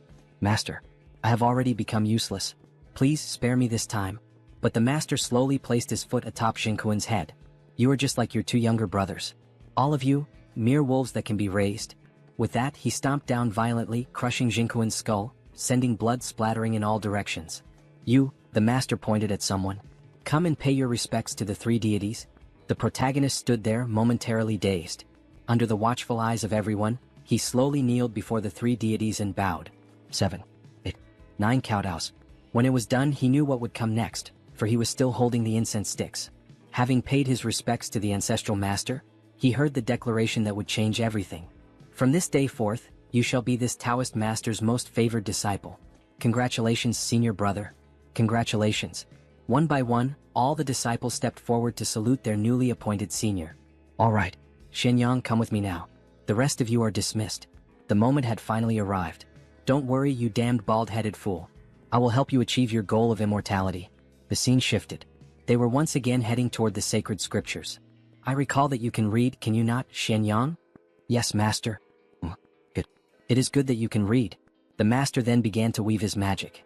The sound of cords slicing through the air echoed in Dan Yangzi's chamber as black threads that had once bound the stone tablet unraveled, slithering into his sleeve like writhing black serpents. At that moment, the sacred text was fully revealed before the protagonist. Come here. Take a look at the sacred scriptures. Can you read what is written here? Yes, master. That airhead completely made up all those previous cultivation methods to achieve immortality. If the protagonist couldn't keep up, he feared his secret would be exposed. So instead, he would rather tear everything down himself. The disciple seems to understand, the master mused while analyzing the stone tablet. Stop whining and tell me everything you see. Master, in these scriptures, why isn't the recipe for the blood-nourishing elixir here? The one you taught me last time? The protagonist continued, Master, you said that to become an immortal, one must refine both internal and external pills. But the method for refining internal pills, it's not here. What? The master's eyes widened. I'm telling the truth, the protagonist declared with conviction. He had no idea what kind of lies the girl in the vase had told Dan Yangzi. If he followed the original script, there was a chance he would fail. So, he decided it would be easier to be honest and figure something else out later. Besides, it wasn't even a lie. It was the truth. The entire method to become an immortal was nothing more than a fabricated story the girl in the vase had invented. Naturally, he would create his own fabricated story and method as well. This stone tablet records a technique for cultivating internal strength. It says here that on the eve of the new year, one can use various external pills alongside this technique to capture a portion of the spiritual energy that the heavens release into the mortal realm. We can then absorb it and use it to ascend to immortality. Li Huowang stared at the stone tablet, his voice unwavering, speaking each word with such confidence that it sounded like absolute truth. A cultivation technique? It also requires external elixirs, the master asked. There seem to be multiple types of pills, the protagonist responded. This one requires 120 grams of cinnabar, 5 grams of white strychnine, 60 grams of acidin, and a wandering god? Master, what kind of ingredient is a wandering god? No wonder. No wonder the girl in the vase had said that this celestial scripture was always changing, making it impossible to memorize. No wonder he hadn't become an immortal after all this time. She had been deceiving this Taoist all along. Dan Yangzi didn't respond immediately. Instead, he observed for a while before speaking. Child, even that girl managed to deceive me. Are you trying to do the same? The protagonist answered immediately. Master, this is the method to become an immortal. How could I possibly deceive you? After all, I also want to achieve immortality. The master stared at him, almost as if amused, trying to see if he could uncover any lies. Good. Dan Yangzi clapped his hands and laughed joyfully. First, explain this cultivation technique to me. Let's wait until I, your master, fully master it before refining any other pills. Then we shall ascend to immortality together, master and disciple. Yes, master. Finally, after a long day, the protagonist returned home. Fortunately, he had read countless novels, magazines, and manga. Otherwise, the techniques he created today would have been instantly exposed as nonsense by the leper. Suddenly, he heard a voice shout. Senior brother Li. Rest assured, now that I have returned safely, the promise I made to you, to escape, will naturally be fulfilled. Soon, you will all be able to go home. Senior brother Li, from now on, you are my father, the boy said. What are you all doing? If not for everyone's help at Jingyi Hall today, I would already be dead. Who would have thought that in this strange world, he would actually become companions with these odd-looking people? Everyone, I have something to ask of you. This concerns whether or not we can successfully escape from this Qingfeng temple. What is it, Senior Brother Li? Do any of you know any other stories? Any rumors? A legend like the one my grandfather once told me? Other than mastering you, I once heard my grandfather mention something evil. Something called grandmother. This grandmother doesn't sound like anything special. Sure. Brother Li, keep your voice down or grandmother will hear you. She is truly an evil thing. First of all, her appearance is different depending on who sees her. Some say she looks like a long-eared monster. Others say she resembles a deceased elder. And, if we say to grandmother too often, do you know what happens? Grandmother will ride on your back, and on mine. If she finds us, we will become a great-grandmother together. What do you think, Senior Brother Li? Does this information about the great-grandmother seem correct? The protagonist looked unsettled by the story. You turn into a great-grandmother just by staying near her too long? This world was so strange, filled with inexplicable things. No problem. This information about grandmother was definitely useful. Does anyone else have anything to share? Immediately hands shot up. I have a story. A young boy began to speak. Senior brother, I heard that some people skin children and wrap their bodies in dog hides, training them to act like dogs. Then they use these children, who understand human speech, to perform tricks on the streets. I don't want to hear these kinds of horror stories. The protagonist cut him off. He wanted information about the master, not disturbing tales. Brother, I know something about the fish-in-law. This man is Zhao Wu, the medicinal catalyst of Qingfeng Temple. I heard the elders at home talk about him. The fish-in-law not only looks strange, but it also only appears during floods. That really does sound strange. Alright, tell me about the fish-in-law. Senior, I also have a story. The medicinal catalyst of Qingfeng Temple, Shazi. I know Dao Dao. Alright, that's enough for today. I'll be back soon. You all just wait patiently for my news. News? The next day arrived. Early in the morning, Li Huowang was summoned to Dan Yongzi's room. I've more or less mastered the internal and external heavenly circulation technique. Now, tell me the ingredients used to refine the pills.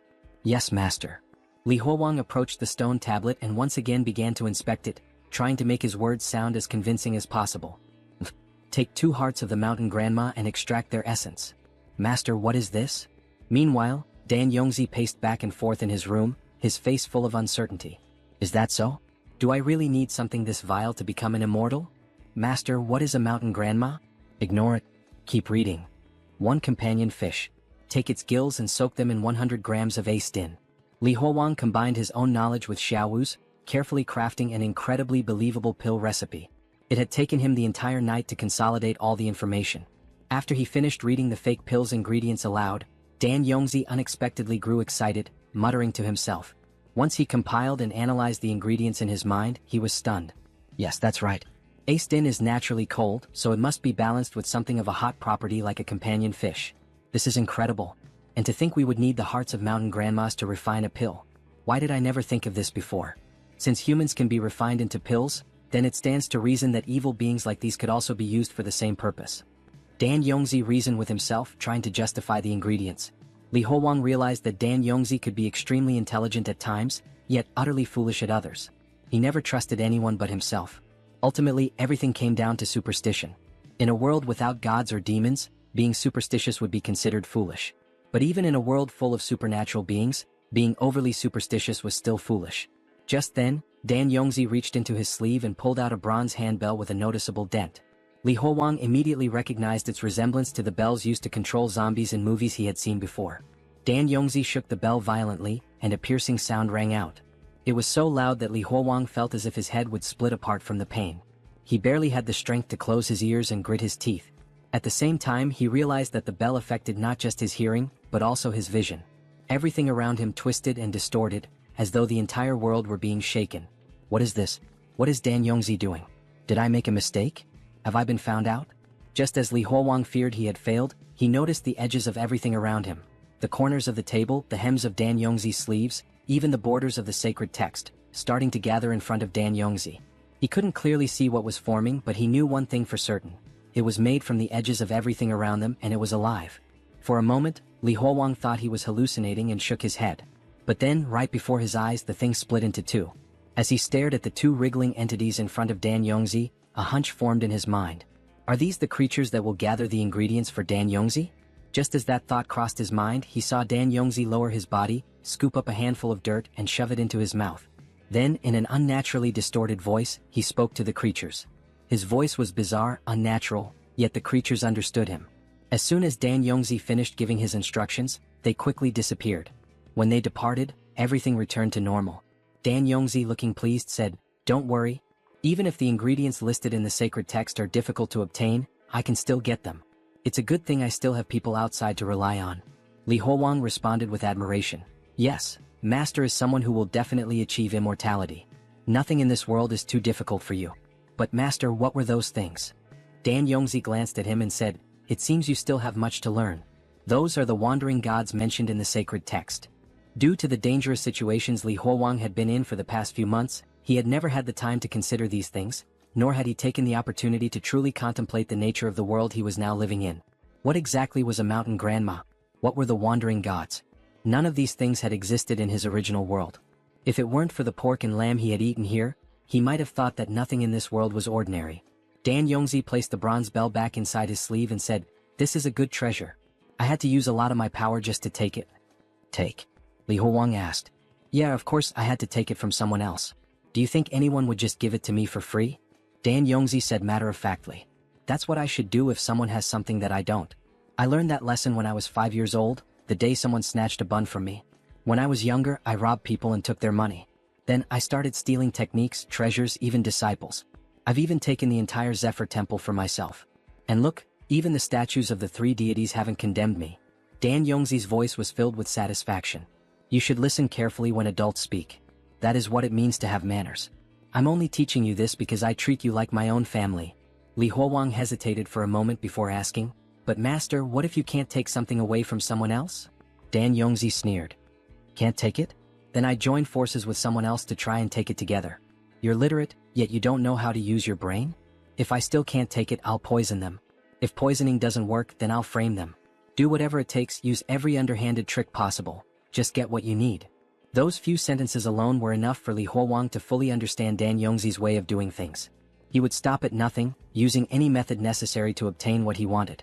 Li Huowang responded, Master, you are quite wise. Dan Yongzi laughed coldly. Yeah. So what if I can't read? So what if I don't understand many things?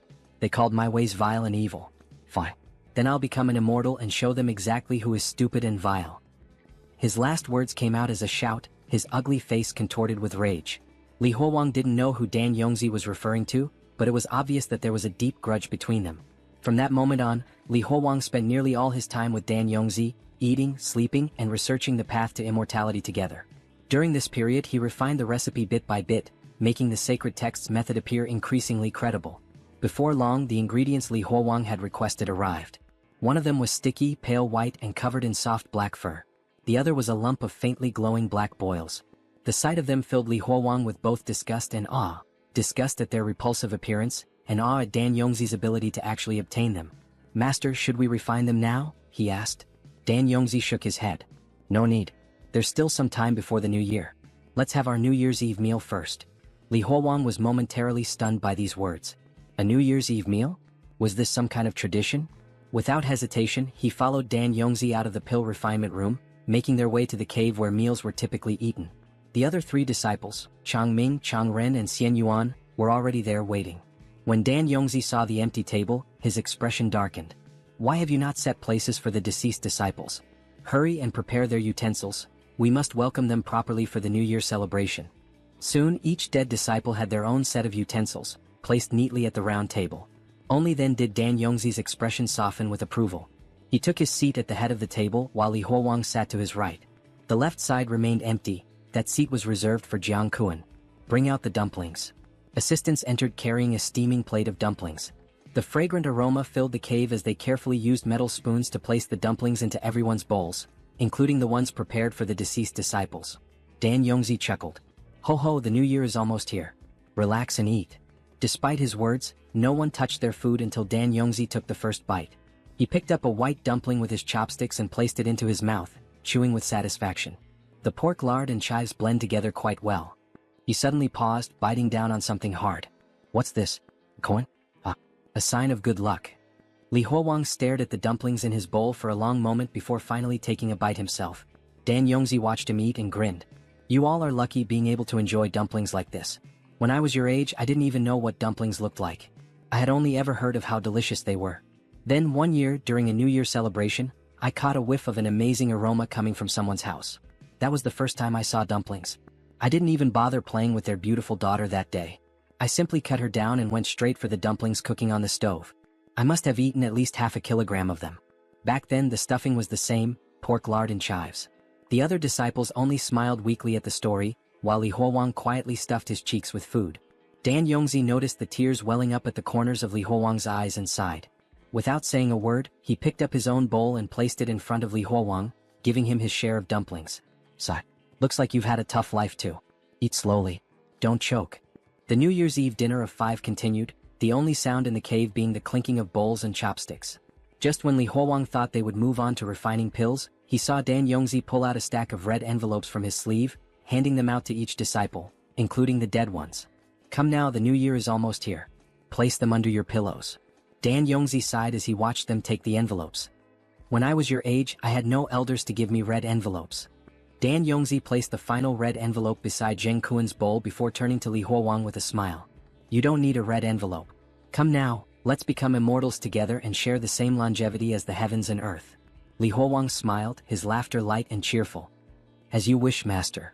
Let's head back to the pill room, start the furnace and refine the pills, Dan Yongzi instructed. You will control the flames. Yes, master. Then on the next day the pill refinement proceeded as smoothly as ever. But of course that scabby old man was naturally suspicious.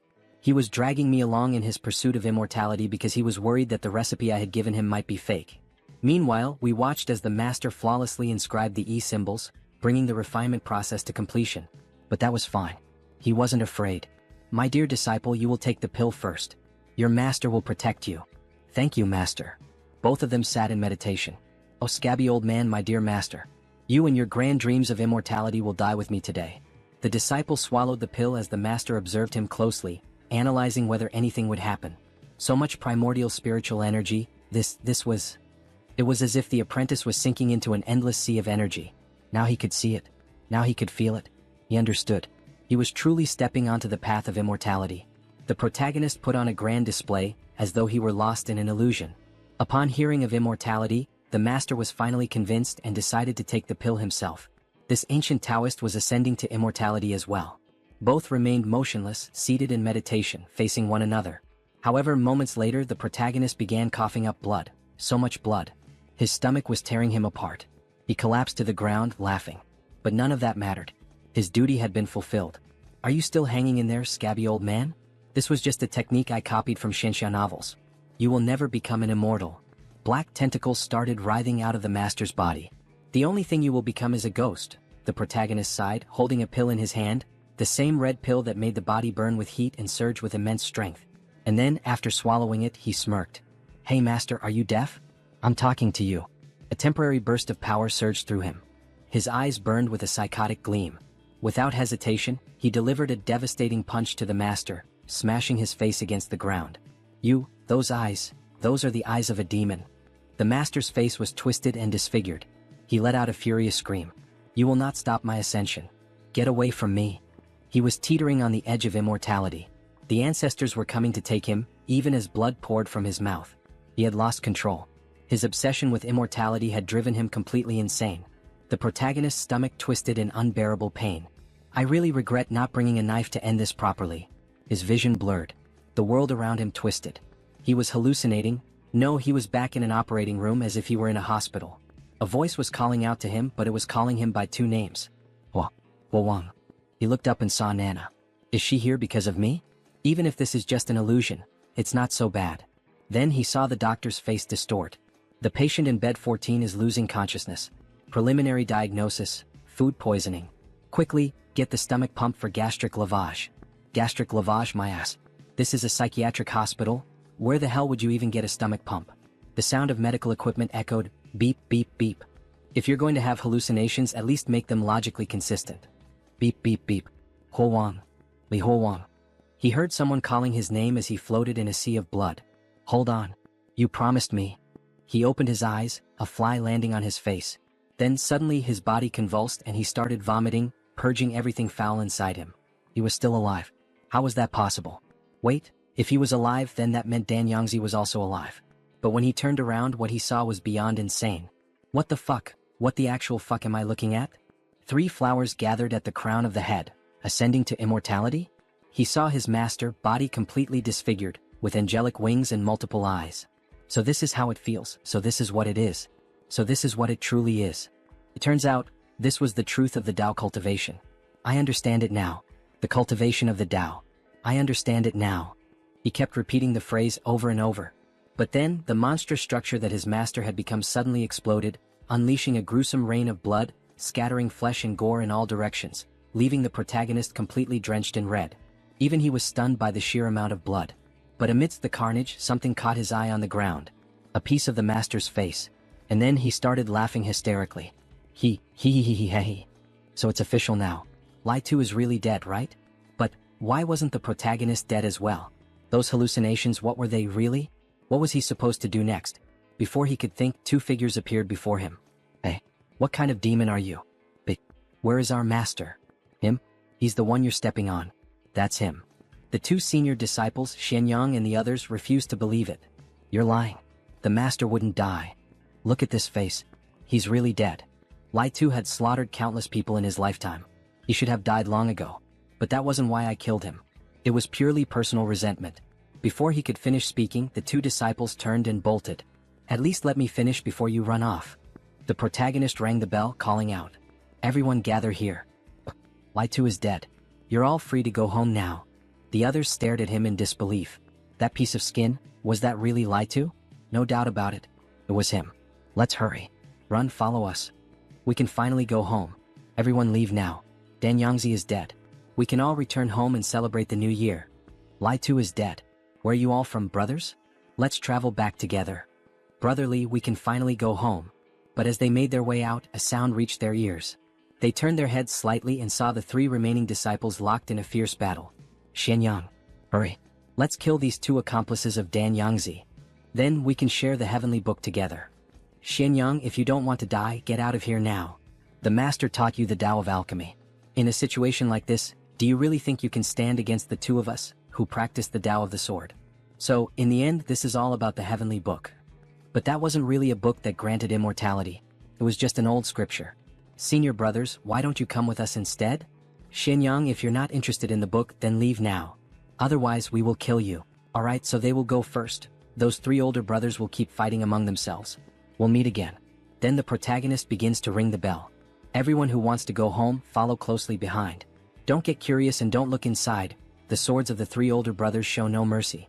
Then they're finally out. We see them as if emerging from a cave into a forest. It looks like sunset with birds all around. Everyone is happy, at last they're going home. What joy. The sun is already high. Did he spend the whole night with the bald guy in the alchemy room? Senior brotherly, let's go too. Wait a moment, says Huowang as he gently holds her hand. Then he places something in her palm. These are the last words and addresses left behind by those who died here. After you leave, remember to find someone to go with you and take these back to their families. Senior brother, what do you mean he's not going home? Forgive me, but Huowang no longer has a home. So he returns to the temple. Where else could he go? That place is all he has left in his memories. Speaking of which, today is the first day of the lunar month, and he hasn't eaten that disgusting black tai sui this month. The effect that suppresses the hallucinations is about to wear off? Even if it's not real, it doesn't matter. Let him see Nana one more time. Just once is enough. Then, as he closes his eyes, he begins to sink into a deep ocean of blood, as if his mind is emptying. However, before he reaches rock bottom, he hears the sweet voice of the white-haired girl. Senior brotherly. At the same time, Nana pushes him from the other side. Li Huowang. Senior brotherly, let's go together. There's no need. It's alright here, he's used to being here. Well, since Senior brotherly wants to stay, why don't they just leave? Be quiet. Don't you dare say that again. Everyone falls silent after hearing the sweet girl shout at them. Senior brother, if he can't go home, he can go to her home. Her home is very spacious and the east wing is empty too. Senior brother, he's not completely alone. Huowang, you still have her. Li Huowang. He can't give up on himself. Can he hear that? Beep, beep, beep. Son, you can't die. If he dies, how will his father and mother go on living without their son?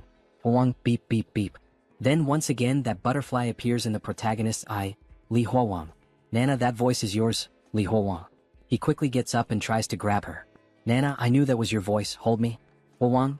Promise me that no matter what he encounters, he will never give up. He has to live a good life, alright? Alright, Nana, I promise you. Senior brotherly, let's go. It's uncomfortable for her to stay in that position. Then he realizes that this whole time he has been speaking to her, and not to Nana. Or maybe she and Nana are the same person. Huowang doesn't know what to think anymore. Alright, here, take this back. None of us here can read it, so returning their last words is something he must do himself, Senior brotherly. Wait, I can read it? but the other one places a hand over his mouth. Even if you could read it, it's better to pretend you can't right now. Can't you sense the atmosphere? Senior brother Li personally made a promise to them, so as a man of his word, he must honor their final words. Oh, alright, we'll start heading out now. First, gather all the food in this place so it doesn't run out on the road. Yes, Senior brother Li. He still has one more thing to take care of. Strange, why can't he find that Tai Sui anywhere in the entire Qingfeng temple? Did it grow legs and run away? Without Tai Sui, he can't keep his hysteria under control. The only place left is Lada's alchemy room. Damn it, how did it get out of the cave and end up here? Could it have appeared here because of the Danyangzi fragment?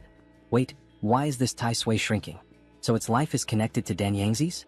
Hey, stay with me. If it completely retracts, what is he supposed to do about his hysteria? Didn't you want the Danyangzi fragment?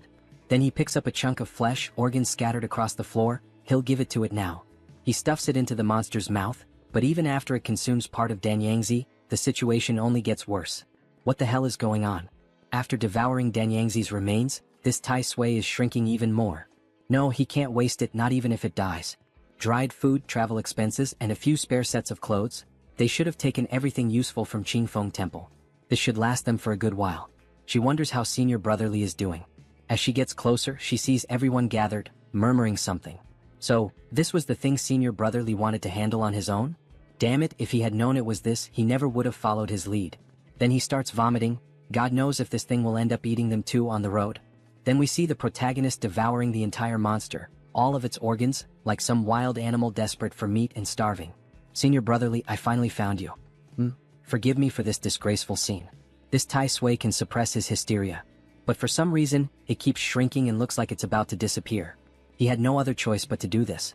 She seems to understand the reason and chooses to ignore the whole situation. His clothes are filthy, Senior Brother. She brought him fresh, clean clothes. Is there anything else Senior Brother needs to take with him? Let's go. There's still one more place to check. It's so quiet here. It seems the three older brothers have decided the winner. Senior Brother, have you finished fighting? Well, they're all dead. What a brutal scene. One of the brothers is impaled, another lies dead with a sword through his stomach. Senior Brother won't need this sword anymore, so he'll use it for now. Then he sees the sacred book again. This celestial book. If he leaves it here and it's discovered, he has no idea how many people it might harm again. So, with a swing of his sword, he tries to break the stone, but instead, the sword is the one that shatters. Duan, the sword breaks into pieces, but the celestial book remains intact. It seems this celestial book might be considered a treasure for now. So why not take it with him for the time being? If he can't handle it, he can always trade it at a pawn shop for some travel expenses. Senior Brother Changren, he has a sword here, he'll take that with him as well. Rest in peace. Senior Brother Li, are we about to move on? Let's go. Let's leave this godforsaken place behind. Before they leave, we see the mountain catching fire. Let everything here burn cleanly. What kind of people and events will he encounter in the future? Suddenly, he finds himself looking forward to them. Senior Brother Li, please slow down. Her eyes hurt. She's crying. Maybe it's because of her albinism? He then starts cutting a piece of cloth. Next time, when the sun is high, you can use this fabric to cover your eyes. He ties it around, but she still can't see anything through it. That's alright, he'll hold her hand. Skinny child, is he done yet? Almost there. Poot poot. Seriously, father, do you really have to rush me while I'm taking a crap? Lu family's troop youngest son Lu Xiaozai. Then he hears something in the forest. Who's there? Show yourself. Ha ha ha, so it's nothing. Maybe just his imagination. He probably misheard. But something behind him starts laughing. Then the scene changes, we see a carriage with people hiding inside it. Father, what are we going to do? Asks Lu family's troop eldest son Lu Jiren. Father, think of something, says Lu family's troop eldest daughter-in-law Lu Huowang. What could he possibly do in this situation? Lu family's troop leader Lu Zhuangyuan. In this situation, the only thing he can do is beg, Ghost Grandfather, please spare his family. Everyone in his family has a bitter fate. They're only here trying to make a living. Tell me, do I look more like a human or a god? This being, it's here to request a seal? We see the image of an entity dressed entirely in red, truly resembling a god, or at least something deeply sinister. The man is kneeling, begging. He can't answer this question in desperation. If he answers it wrong, his entire family will disappear. You look like a god. However, something makes him change his mind. No, like a human. However, Li ends up stepping on a branch, making a noise. That's not right either? It shouldn't be. He told you, Senior Brother, of course we'd find someone following this pile of crap. After all, it's still warm. That's disgusting. You idiot, you knew it was something gross, but you still lowered your head and followed it. Are you planning to eat that? Shut up for a minute. Damn it, Senior brother Li, look, what is that?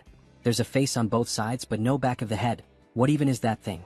Father, look behind us. What are those monsters doing again? But in reality it was just the group walking. Who the hell is that brat calling a monster? Is he looking for a fight? Everyone hold up here for a bit. More people coming to the show. What the hell are you? I'm a human being. Don't I look like one? You look like garbage. He then draws his sword.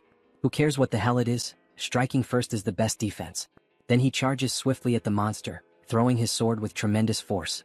However, the monster dodges the attack with ease. If physical attacks are ineffective, then let's try this instead. He rings the cursed bell, causing the monster to become paralyzed. The father and child are stunned by what just happened. The monster begins to slowly disintegrate. The copper bell is effective. Then the monster starts to rupture, releasing a dark aura, until it finally vanishes without leaving a single trace behind. Master, thank you so much for your help. My humble family has nothing of real value, but yes, this is it. This cigarette clears the mind. It's a small tribute to show our gratitude. Thanks, old man, but he doesn't smoke. Do you know what we just encountered? Young Taoist, you don't know? That thing asking for a blessing. You're the one who drove it away, weren't you? Ichim, may I ask, sir, by any chance do you have a map of this area? We're not from around here and got a little lost in this forest. He doesn't have a map, but his family often travels through this region, so he knows all the roads here. Where are you heading, young Taoist? If we're going in the same direction, perhaps we could travel together. This Taoist seems to have real skills. That thing looked like it had latched onto us, so if we stay close, maybe this Taoist master can keep his family safe. However, our protagonist must first visit a few places. All of these brothers and sisters who accompany him were brought here by him. Therefore, he has the duty and the mission to return each one of them to their home. There are also some who will never be able to return home, whether because of abandonment, death, family problems, or other unresolved issues from before they were kidnapped. He has the moral and ethical responsibility to deliver each of these brothers back to their families, one by one. The old man becomes visibly shaken. However, he understands the situation. Young Taoist, take a look at what he drew. He used his pipe to sketch a rough map of the region on the ground. And so, where are we on this map you drew? The protagonist asks. Here on this spot of the map is Hoshu. Below Hoshu is Siqi, and to the left of Siqi is the kingdom of Nanping. We are currently on the road to Wuligang in this direction here. If they keep walking toward Wuligang, they will arrive near Janya town. If they continue walking toward Janya town, they will reach Shijing. Alright, I think I understand this map now. If you look closely, this world seems a bit like the 5 dynasties and 10 kingdoms period from the past. There is no unified country or central government here, is there? Alright, thank you for the explanation. However, sir, if he wants to go to the kingdom of Liang, which path should they follow? The old man looks surprised by the question. Young Taoist, is he really trying to go to the kingdom of Liang? That place is very far from here, and besides, that land is still at war with our kingdom of Nanping. This war has lasted for several years now, and it is a very dangerous place to visit at the moment. The old man would not recommend going there. Everyone is left with a look of sadness, especially the girl. Don't worry, says the protagonist. He will certainly take her back to her home, and then he offers her a piece of warm meat. Young Taoist, if he really wants to go to the kingdom of Liang, he will have to pass through the city of Janya. If that is the case, they can travel together for this small part of the journey. So, how about we form a team? Senior brother Li's family is in the city of Janya. There are also some postal services in Janya city, and if they have the means to offer some copper coins, they can send messages throughout the entire kingdom. By paying, they will be able to help find some of the families of their brothers. City of Janya?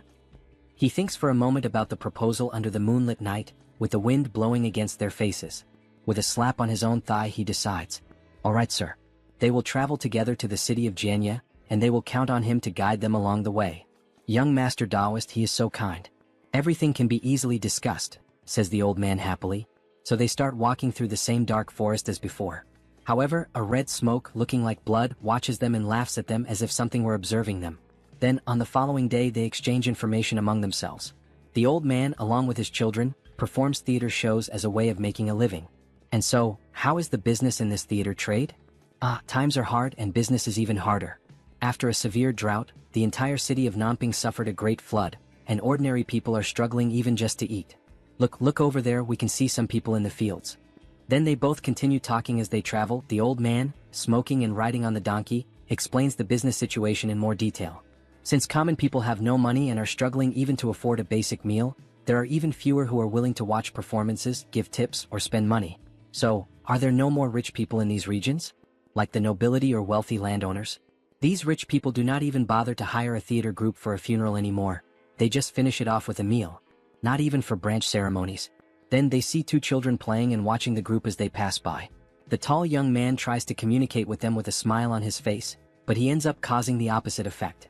The children scream, "It's a ghost," and the other starts shouting for his mother. The old man says, "How can we, singers, compare ourselves to the skills of the young Taoist?" The children run away, scared by their ugly faces. The young Taoist is so powerful at such a young age that his future achievements are limitless. "It's not all that," he says, "there's no need for flattery." Then, as they continue traveling, he takes the opportunity to ask the old man a question. These lands have really been without water and remained under severe drought for a long time. In any case, is there any well-known sect in this country of Nanping? A sect with special abilities, for example, people like him? Ah yes, special abilities, yes, they do exist. There is a sect in the city of Shijing. They are very good at helping people have children. Called, what is it called again? The old man is already going crazy from smoking that pipe so much. Right. If he gets to Shijing, he just needs to ask someone on the street and they will know. Then one of the old man's sons interrupts the conversation. "Father, look ahead. We have finally arrived at Wuligang." They see a very humble village along a dirt road with dead plants, no water, and a large cloud of smoke rising from the town. "Young Taoist, let's move to an open space at the entrance of the village and begin our performance." All right. The Lu family's theater troupe is about to start the show. Set up the stage. In the next scene, we see the protagonist lying down on a pile of hay, resting and thinking about life. Shijing. He wonders what kind of sects exist in Shijing and what they actually do. After all, asking for a child does not seem very trustworthy. But since they dare to establish themselves in a big city, they are probably not an evil sect. Then, something is placed over his face. He quickly gets up, startled. "Senior sister, why on earth did you remove the blindfold we had put on her again?" It is still daytime. Her eyes are going to water again. However, she ignores him with a beautiful smile on her face, giggling. "Senior brotherly, look at this bronze mirror. They use this mirror for makeup in the opera. It shows a clear reflection. Look, the reflection is really very clean." Then she points to the protagonist, showing him his reflection. But in desperation he shouts, "Hey, wait a second. Senior sister, back at the Qingfeng temple, did he really look like this? With the same face shape? Eyes, nose?" Yes, senior brother, it has always looked just like the way it is now, as reflected in the mirror." "What's the matter? Senior brother, is there a problem or something strange about his image, about his reflection in the mirror?" Bai becomes worried by this extreme change in his mood. After all, he has often shown signs of being unstable. "No, it's nothing, don't worry." Looking at his reflection more carefully, he realizes that his new face resembles his face back when he was in the hospital, but with an older appearance. Back at the hospital, he was still in high school. How could he be this old? No, his mind is a mess and his memories are fragmented. His life truly feels like a joke. Meanwhile, off to the side, people start gathering around the square as they notice a red canvas being unfolded. Then the theater performance begins. The old man is dressed in traditional clothing, with a few black smudges on his face and a weapon in hand. Ouch. His cruel uncle has thrown him out of the house. Now it is the girl's turn to join the performance. Like a lone wild goose in the middle of the snow. Like weeds at the side of the road, trampled by everyone. His daughter and she are suffering from hunger and cold, which are unbearable. They can only beg for food on the streets and the child starts crying from hunger. This is how the Lu family troupe performs. They earn their money through hard work. Everyone in the audience starts getting excited with the performance. Suddenly, the old man sees the protagonist from afar in the crowd, young Taoist. He runs over, abandoning the woman.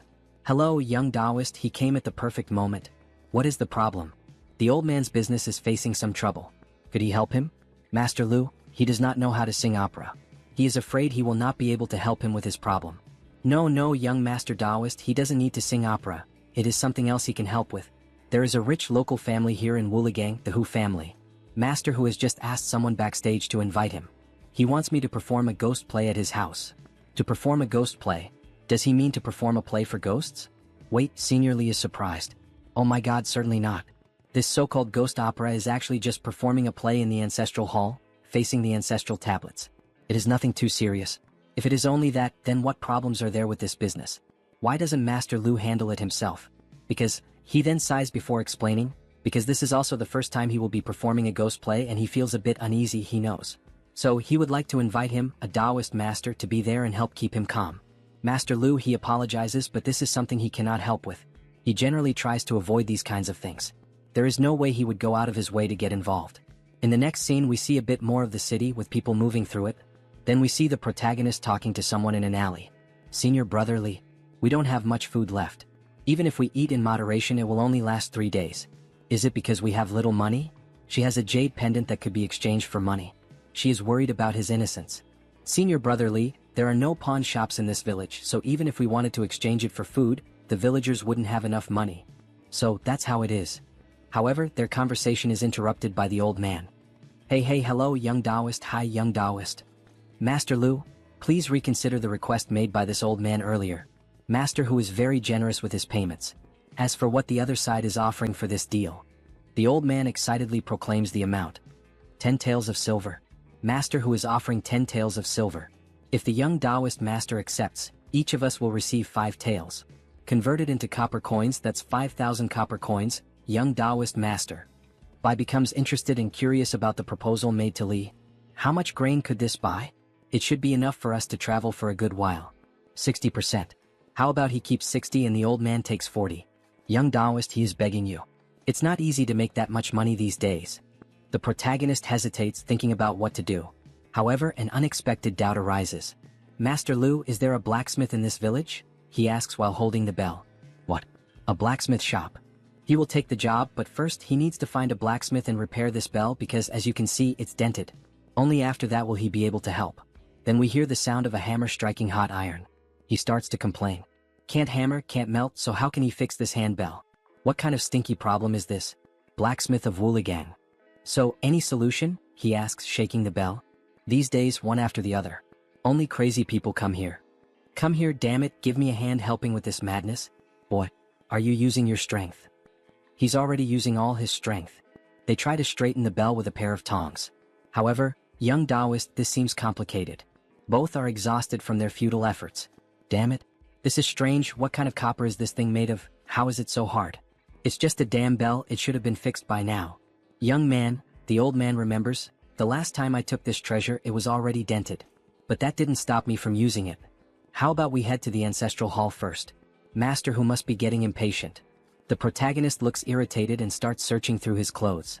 Then he finds a red pill, the one that makes the body warm and grants supernatural strength for a while. So there's no choice. I'll try to do this on my own. Hey kid, the two of us couldn't do it and you think you can just do it alone? Don't try to act like a smartass. Oh my god. Then he begins to see something incredible happening in front of him. A red aura spreads around the forge, making the place even warmer. This is truly amazing. We see the protagonist effortlessly straightening the bell by himself, power emanating from his eyes as he gains incredible strength. It seems the pills still work, especially in this world outside. The restoration is successful, and the bell is now in perfect condition. I told you not long ago that this young Taoist is incredibly powerful, right? Yes, that was truly amazing and there's no explanation for what just happened. What the hell did he do? I saw him put something in his mouth before this explosion of strength. Master who really invited a specialist to help this time. After some time talking, the protagonist steps away from everyone and heads to a more secluded spot, near a river. He picks up the bell and before heading to the ancestral hall, he should test the bell first. It seems to be repaired. Next, he just needs to test it the same way the bald man did. First, strike the bell with a light force. As he strikes the bell, the water begins to move evenly. It worked, he can imitate what that damn bald man did. Little by little, a monster begins to form from the water. Success, even though only one old man was summoned. Still, it's not the same as that damn man who managed to summon 5 monsters at once. Alright, the next step is just like the bald man. Grab a handful of dirt and shove it into my mouth. Then he starts chewing the dirt near the river. Can it understand my words? He asks, his voice distorted. Yes, it can understand. The monster really understood and spoke the same language. Alright, can it be used by me? He wonders. His voice, why is it so distorted? Once, 3 months of life exchange. Do less, this is expensive. The fish monster responds in the same way, do less, this is expensive. So, commanding his master once actually costs 3 months of life, and there's no room for bargaining. Dissipate. It seems that he will have to use it sparingly in the future. That damn bald man was able to use those monsters because he had many years of life due to the pills. Then, finally, night arrived with a beautiful moonlight. The ancestral hall of the Hu family. Many people have already gathered in front to enjoy the show. Ah, young Taoist, you finally arrived at the location. Come this way, I'll take you to the main hall. And then, how are the preparations, everything's ready? Just now, Master Hu said that in previous years, he also hired other groups to perform ghost operas and nothing happened. Young Taoist, don't worry. Alright. If Master Hu has ensured it, then there won't be any problems. Hey young Taoist, look, this is... Master Hu, this is the young Taoist I told you about. With him here, it's guaranteed that everything will be safe. Oh? He will be relying on both of you tonight. Then we are introduced to the homeowner. Hu King, the wealthy master of Wuligang. But Master Lu, he remembers there being women in his troop. Don't worry, Master Hu, the women are just preparing outside and won't break your rules. If that's the case, Master Lu, once the ancestors come out to watch the opera, we, the descendants who invited the performance, must leave. Please take good care of the ancestral hall. As for the opera, choose something cheerful, as the ancestors told us in our dreams that the underground is very quiet, and they want to watch something festive. Alright, Master Hu. Also, when the opera begins, the living cannot speak to the performers so the ancestors aren't disturbed while they listen. Don't worry, Master Hu, absolutely no rules will be broken. How strange, all these rules and commotion. Well, anyway, no matter how you look at it, it doesn't seem like anything will go wrong. Let's hope everything goes well. Then the show begins. The Duke Gong likes wine and listens to frivolous music. Jie Junshan asks about the dance posture. King Liang is tyrannical and the people's lives are difficult. The heroes of Nanping learned about water and fire. Since ancient times, the rise of the ambitious has brought suffering to ordinary people. As the saying goes, success is built upon 10,000 withered bones. The protagonist watches everything from afar. Truly, everything is going well. On stage, the atmosphere is lively and bustling, but the audience is in complete silence. Don't think too much about it, it's rather frightening. And as good as the music is, staying up all night to listen to it still makes you sleepy. It's lively and bustling, but the audience is in complete silence. Don't think too much about it, it's quite scary. The characters in the play begin to fight and put on a beautiful performance. But no matter how good the music is, staying up all night to listen to it still makes you sleepy. It seems that ever since he arrived here, he's been getting sleepier. He seems to fall asleep easily. This isn't good, as he accepted the money. The reality starts to shift as he falls asleep, as if he's returning to the hospital. He really can't sleep while working. However, he suddenly awakens. Something is wrong. Why did the singing suddenly stop? Mr. Lu, why did you stop suddenly? Then when he looks at the Lu family, he sees a huge monster with a red aura. Good show, here is your reward. So it's that ghost again, I thought it had died. He then makes copper coins rain down, as if he were truly a deity, even the moon turns red. A show of flying coins. However, Master Lu's daughter is terrified, almost unable to breathe. Yet, her father places his hand over her mouth, saying nothing, just stay quiet. Then the monster approaches her. Well done, that was a nice show, scaring her even more. Look here, your reward. And again he makes more and more copper coins appear. This ghost is truly rich. After making so much money rain down, he quickly flies off to another location, while the protagonist simply observes the situation. The monster quickly runs into the house, sits on the throne, and demands that the show continue. The entity wants to keep watching. Master Lu, this evening's performance shouldn't end, let's continue? Young Taoist, this. The old man is very scared, this wasn't supposed to happen. Then the protagonist takes a step forward. Why are you still standing there? Don't stop, keep singing and performing your show. Our benefactor has already given us a generous reward. Then he stands beside the monster, also wanting to watch the show. Come on, don't stop. The demon demands that they keep singing. Our benefactor has already given us a generous reward, now it's time for them to do their part with the show. Even though the three are afraid, they decide to go through with it. Alright, young Taoist. They will start the show again, apologies for the mistake. A round and bright moon rises early in the east. That thing has come, but it isn't even attacking. What the hell does it want? I'm thinking of my dear old mother in the hallway. Clang clang, clang clang. The demon looked like a child, excited by the show it was watching. Joyful and happy. It even claps along to the rhythm. This thing can't be here just to watch the opera, right? Wait, what's happening? It's getting blurry? The demon begins turning into a red mist. Clang clang, rising, diffuse. Following him, my lord. How? The mist begins to approach the members of the performance, slowly drawing nearer as it listens to them sing. Especially to the girl, who starts to feel cornered. It's like a sheep facing a predator. Then the demon appears in front of her, laughing, and with the enormous claw of his hand, he pierces the girl's head. Although he doesn't actually harm her, it's more as if he passes through her mind and out her mouth. So that, in the end, he can extract something from within her. Something that looks like a seal and at the same time like a candle. The demon had waited all this time to obtain it and then decides to eat it. All of this happens while the protagonist watches the situation unfold. The girl appears to be physically fine, although when she realizes the demon has eaten something that belonged to her, she goes into a state of shock and even begins drooling from her mouth. And with that, the demon became more active, revealing its mouth as if there were several souls inside its stomach. If you didn't have this unpleasant habit like humans do, of taking, then it seems what he consumes is not a candle or sweets, but rather the fear produced in people's hearts, right? We see his image facing the demon as if there had already been many victims, each one consumed along with the terror in their hearts. Are you angry? That means he struck a nerve. Master Lu, don't stop. If she's afraid of being blinded by the strong wind, she just needs to close her eyes and keep performing. He calls out from inside the great house. Just believe what he says and everything will be fine. Still, they seem hesitant to trust him, especially the girl who struggles to give him that vote of confidence. Yet even with the demon nearly taking full hold of her fear, she begins to sing again. The second clock ends, the shift and the change begin, and I sit in restless silence, my sleep uneasy. I have not failed the common people of Gu County. This golden decree calls upon me, for this reason? She sings with anger, and the demon begins to enjoy it once more. Aha, tell me, does he resemble a human or a god? The question is directed at the protagonist. You resemble a demonic spirit formed from a double-yolked egg, and with one sword strike, he tries to cut the demon. However, he ends up failing. Healing and health, just listen to the sounds of the fight inside the building. At 3 o'clock in the morning, a round and bright moon lights up the courtyard. The song and the performance continue, even with the intense fight between the two. The girl and the boy keep dancing, even surrounded by all that red mist that signifies the demon's presence. The girl, upon snapping out of the emotional shock, is startled to see our protagonist in the sky, fighting. He is trying to kill the creature, but in the end, when he throws the sword, it flies past the old man and nearly kills him. However, while he is thrown far away by the demon, the book containing the sacred scriptures ends up slipping out from his body.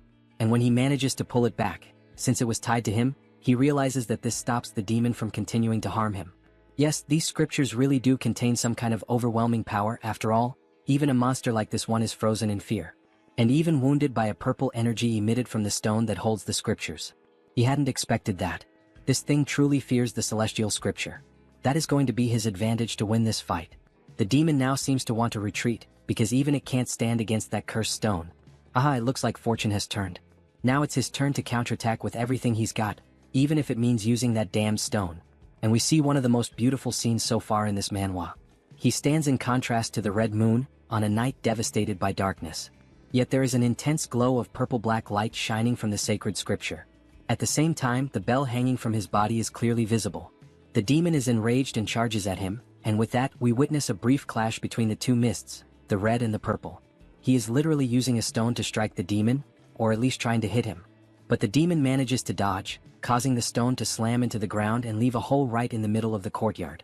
Go to hell, he will drag the demon to hell here and now, even if it means sacrificing himself.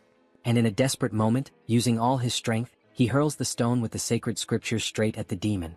But he ends up failing. After all, the monster had hidden itself within the walls. Damn it, he says, frustrated. Can this thing from the dawn even pass through walls? Disappear? Consider yourself lucky for having escaped so quickly. We see the damage he left on the wall while using the stone, and the funniest part is that the stone remains completely intact. Then the old man approaches him with the sword in hand. Young Taoist, here is your sword. My sword fell near your side? Thank you, Master Lu. As he takes the sword, he begins to hear a demonic laugh. It's coming from Master Lu. He has been possessed.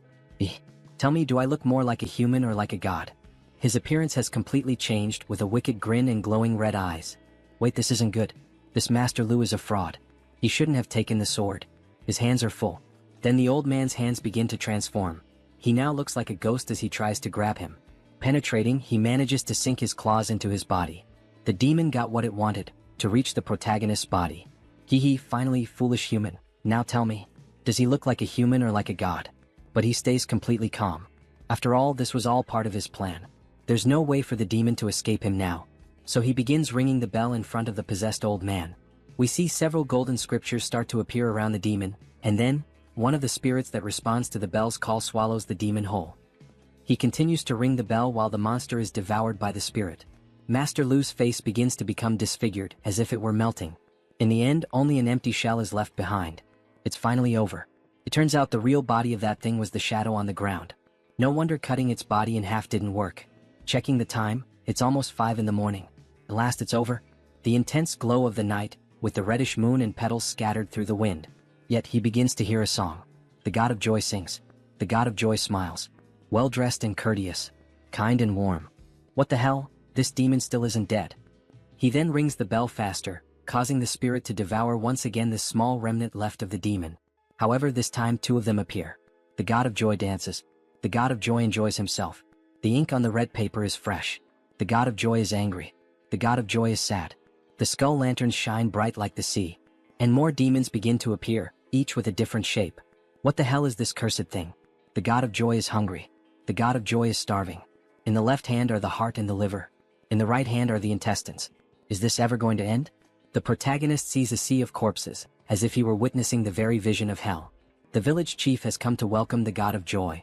Then the entire mansion becomes engulfed by demonic power. He has fallen into a trap. We see him as if bound by several spiritual ropes wrapped around his body. Welcome. And his face is beginning to become distorted. No, he must not think of that name. He tries to resist the demon. But something is happening before his eyes, he cannot quite understand what it is. He is trying to pierce his way out of the heavens. He can no longer keep watching. Trembling, he shuts his eyes. Then, a hand begins to emerge at his side. What the hell is this? Where did that hand come from? The hand grabs hold of all the evil and finally manages to shatter the illusion that had been cast until now. Finally, the protagonist begins to see the sun. And suddenly, he realizes that he had been in the chair the whole time. Phew, he was saved. With that hand now, he managed to hold on until dawn. That hand? Whose hand was it? He stands up. It shouldn't be the Lu family troupe.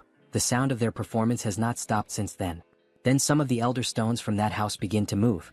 Wait, was it you who helped him? Then they start to fall. Even if it wasn't you, there's no need for such a strong reaction. However, the hand appears again, touching his shoulder, calling him child, just like his old master used to. Then, on the next day as the sun was rising. Excellent, excellent. The ancestors are very pleased with this offering.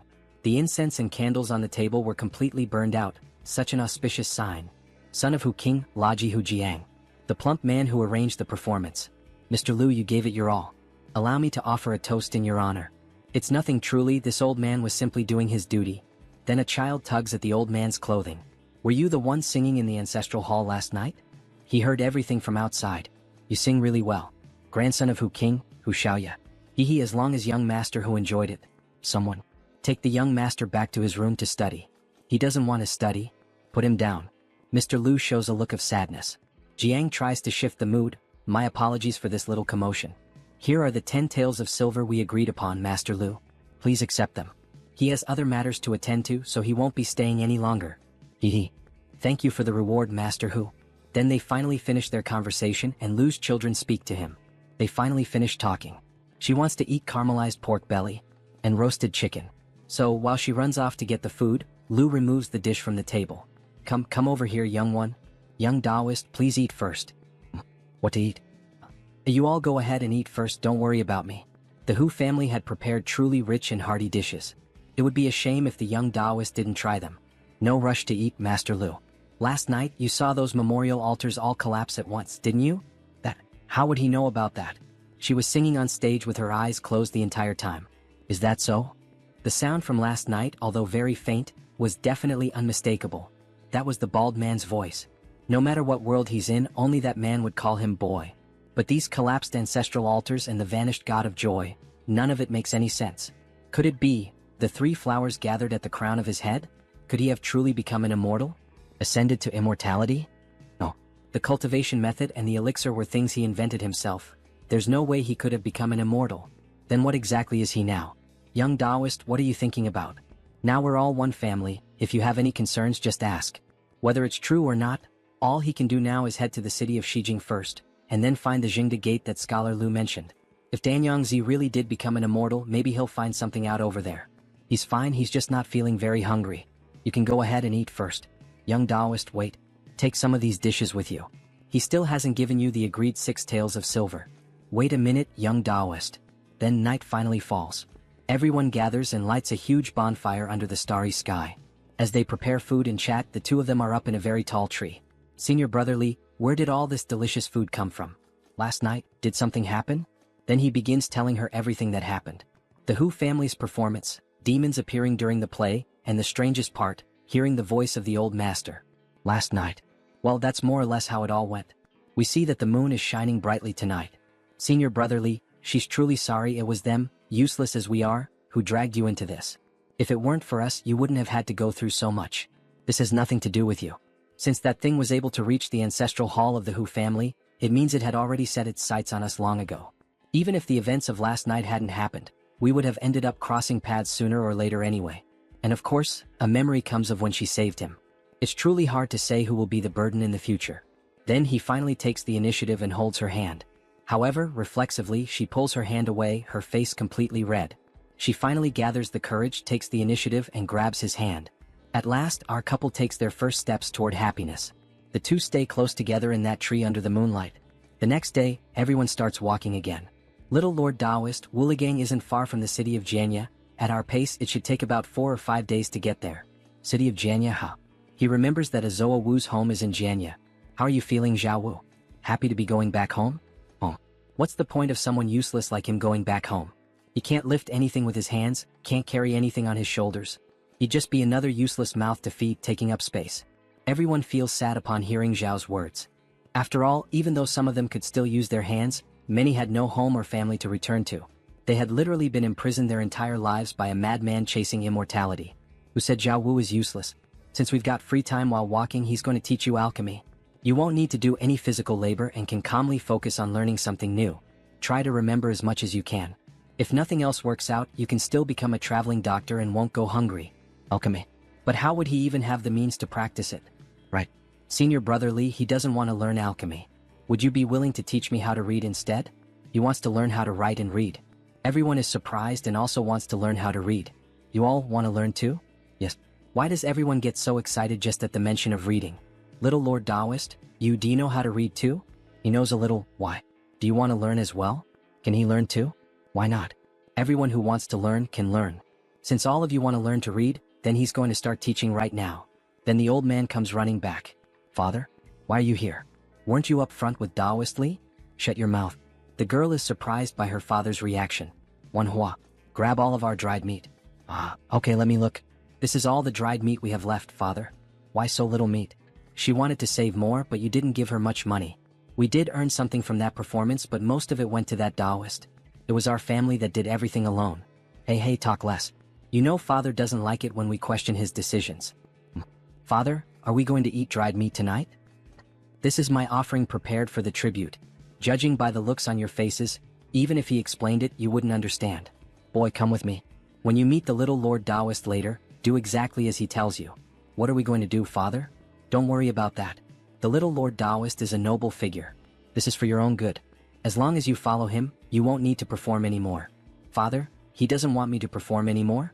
Then he begins teaching everyone how to write, using the ground itself as a chalkboard or paper.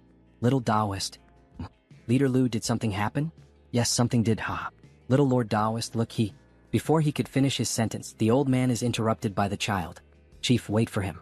He came from very far away to perform with them. Young master who, what are you doing this far out? Don't joke like that. Hurry and go back so you don't worry your father and the rest of your family. The chubby boy is nearly dying after finally running for a bit. No, he's not going back to that place. He wants to perform with all of them. He absolutely loved the dance and the performance. He'll never forget the look on his father's face when young Master Hu of the Hu family shouted that he wanted to learn how to sing opera. Back then he had no idea what singing opera really meant, but he would soon find out.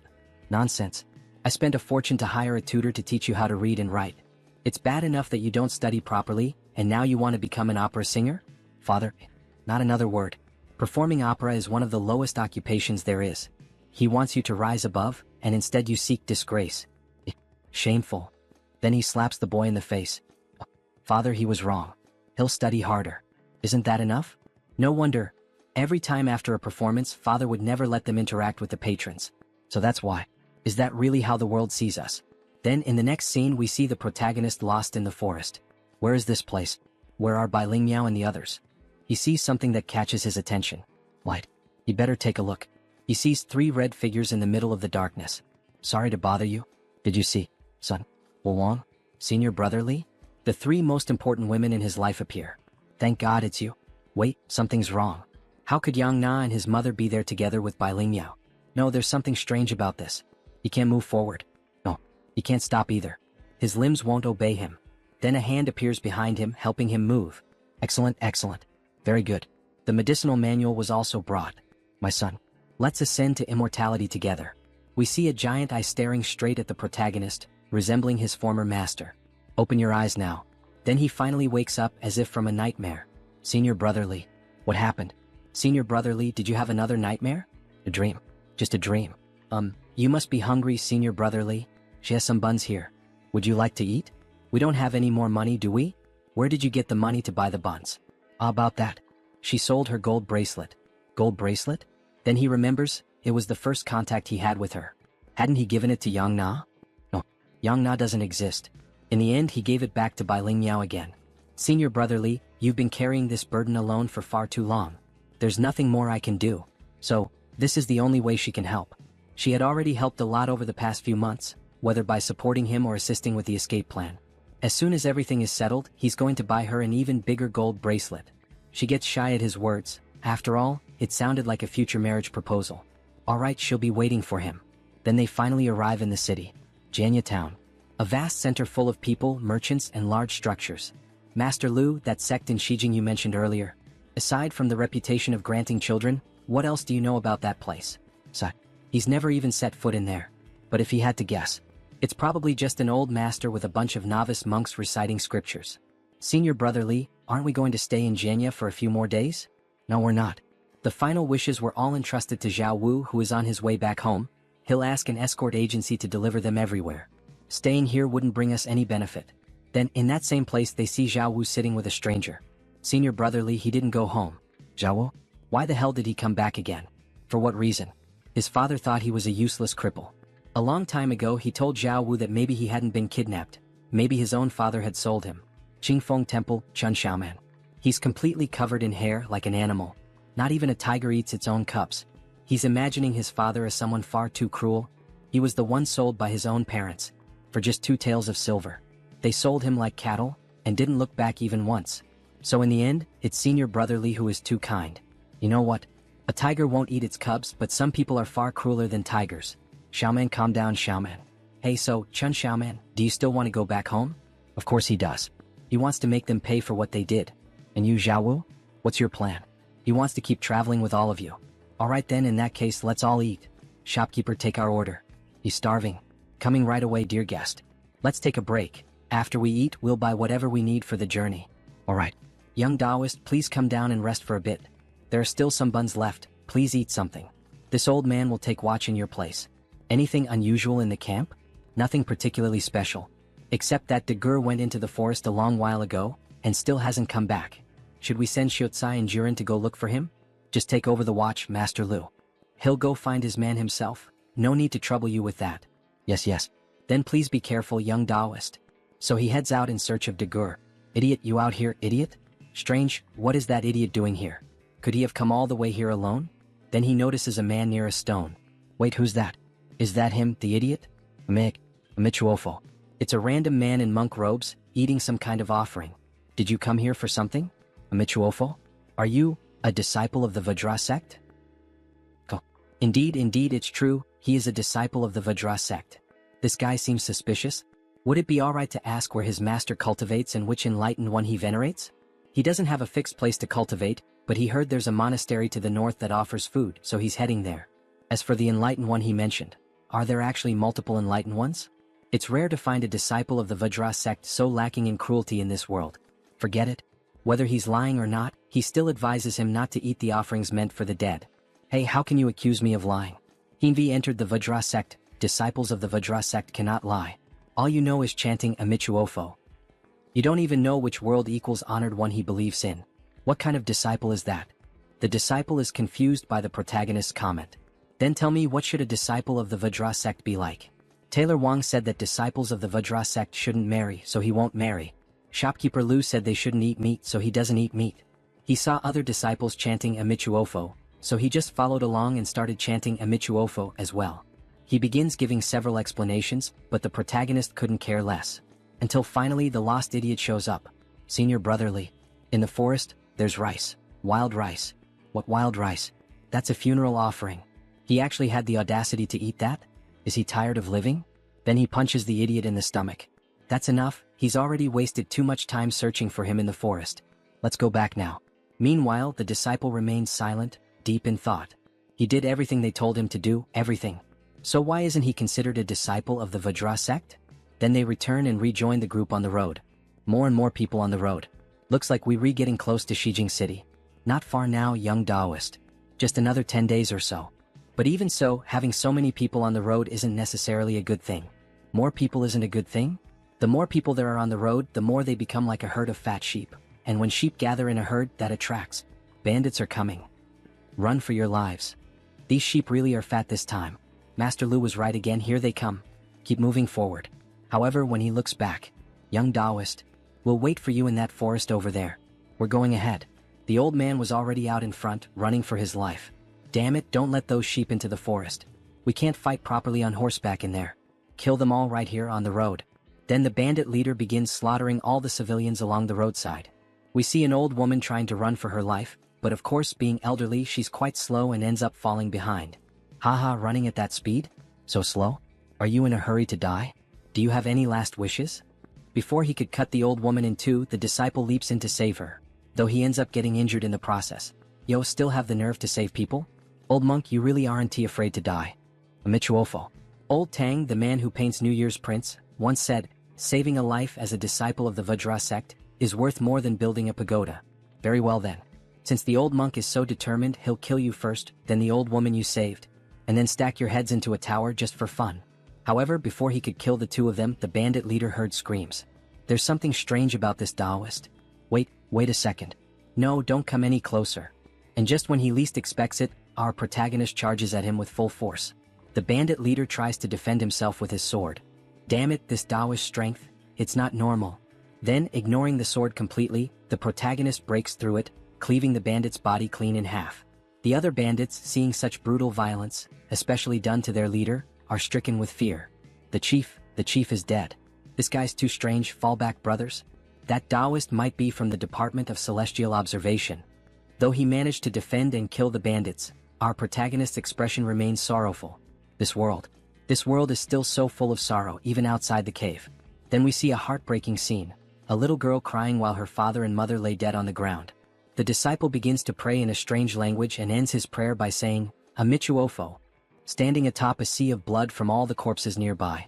Perhaps word had spread because of those fleeing bandits. We didn't encounter any more trouble on the way to Shijing. Except for that old beggar who claimed to be a disciple of the Void sect. Living off wild vegetables and the occasional steamed bun we gave him, he followed us the entire way. And so, after walking like that for more than 10 days, they finally arrived. Shijing City. This journey drained me. To think all of that was just the road to Shijing. Will it be calmer inside the city, or is this where the real journey begins? Maybe it's time to rest our feet, find a good tavern, and perhaps figure out why that old beggar kept following us. I bet there's more to it. Little Taoist, let's hurry and get into the city. If we take too long, that cheapin will be full. Go on ahead and take them with you. What about the young Taoist? What will he do? He's going to look for that sect he mentioned earlier, the one based in this city. He'll meet up with them later. We see that it's quite a prosperous city with tall buildings all around. The markets were bustling with people moving through the city, flower vendors, and a very picturesque scenery. Most sects are built atop mountains, but this one is right in the middle of the city, and the incense offerings are thriving. Jingda sect. Didn't Xinyang mention that name before he died? Could this place really have some connection to Danyangzi? I found the place, but what do I do now? Just say I'm a disciple of Danyangzi? Heavenly honor.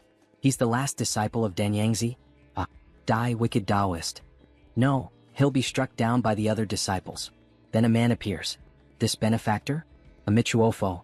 He is Jin Dun, emerging from within the temple, a disciple of Jingda. Master, it's an honor to meet someone of your standing. He is called Li Huowang. A Taoist disciple like you wouldn't have come all this way just to light incense and pay respects to the world-honored one, would you? Please come this way. They then sat down and began to talk. Please, benefactor, accept this humble cup of tea, as expected of a disciple of the Jingda sect. He truly seems like someone with a pure heart and free of desires. Chubby and bald as he serves the tea, he almost resembles the Buddha himself. Well then, how should he begin explaining the whole story? So he starts recounting everything that happened, from the human experiments, the pursuit of immortality, the deaths, and even Danyangzi's own death. Danyangzi is dead. Upon hearing these words, the calm disciple was taken aback and accidentally crushed the teacup in his hand. So the Jingda sect really did have ties with Danyangzi? That old bull-nosed Taoist is truly dead. This matter is of great importance. Please, benefactor, tell us everything in detail. And so, after long hours of conversation, they finally finished. That's more or less how it happened. Grandmaster, in light of such circumstances, could it be that Danyangzi truly managed to become immortal? Or perhaps, he transformed into something else? Did you really hear Danyangzi speak into your ear? Absolutely true. It definitely wasn't an illusion because there was also something strange about the god of joy. Benefactor Xianyang, he cannot make a decision on this matter alone. Please allow him to report this to the sect leader. He must trouble you to wait here for a moment. Although Jian Dun didn't say anything directly, his demeanor revealed something. As expected, the matter of Danyangzi is far from over. This is the inner hall of the Jingda sect. The sect leader is just ahead. The leader wishes to meet with Benefactor Xianyang personally to discuss this matter. These are images of the central Vajra realm, of the world-honored one, the Tathagata, and he senses a strange smell. In the realm of accumulated fragrances of the east, the world-honored one imperturbable. In the realm of joy of the south, the world-honored one born of jewel. In the realm of bliss of the west, the world-honored one Amitba. In the lotus realm of the north, the world-honored one accomplished. Together they are known as the 5 Tathagatas of wisdom. Amichuofo. This is Master Xinhui, leader of the Jingda sect. Greetings. Greetings, sect leader. I am Xianyang. May I dare to ask, do you know what Danyangzi has become? Benefactor, what matters is not what he is, but what you believe he is. Tiske. This sect leader is speaking in riddles again. So Danyangzi really did ascend to immortality? Amichuofo.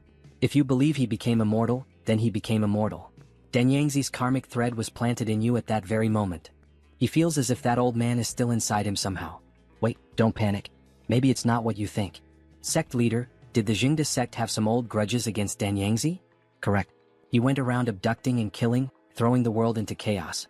We dispatched disciples to apprehend him, but he escaped time and time again. Regardless of what Danyangzi has become now. Since he remains our adversary, leaving him in a state of limbo is not a solution. Sect leader, do you have any means to resolve Danyangzi once and for all? The leader thinks deeply before answering. Come closer, he needs to view it from another perspective. However, the protagonist takes a step back. Benefactor Xianyang, if you still suspect that we intend to harm you, then you should not have stepped into this hall in the first place. Very well. He's willing to give it a try.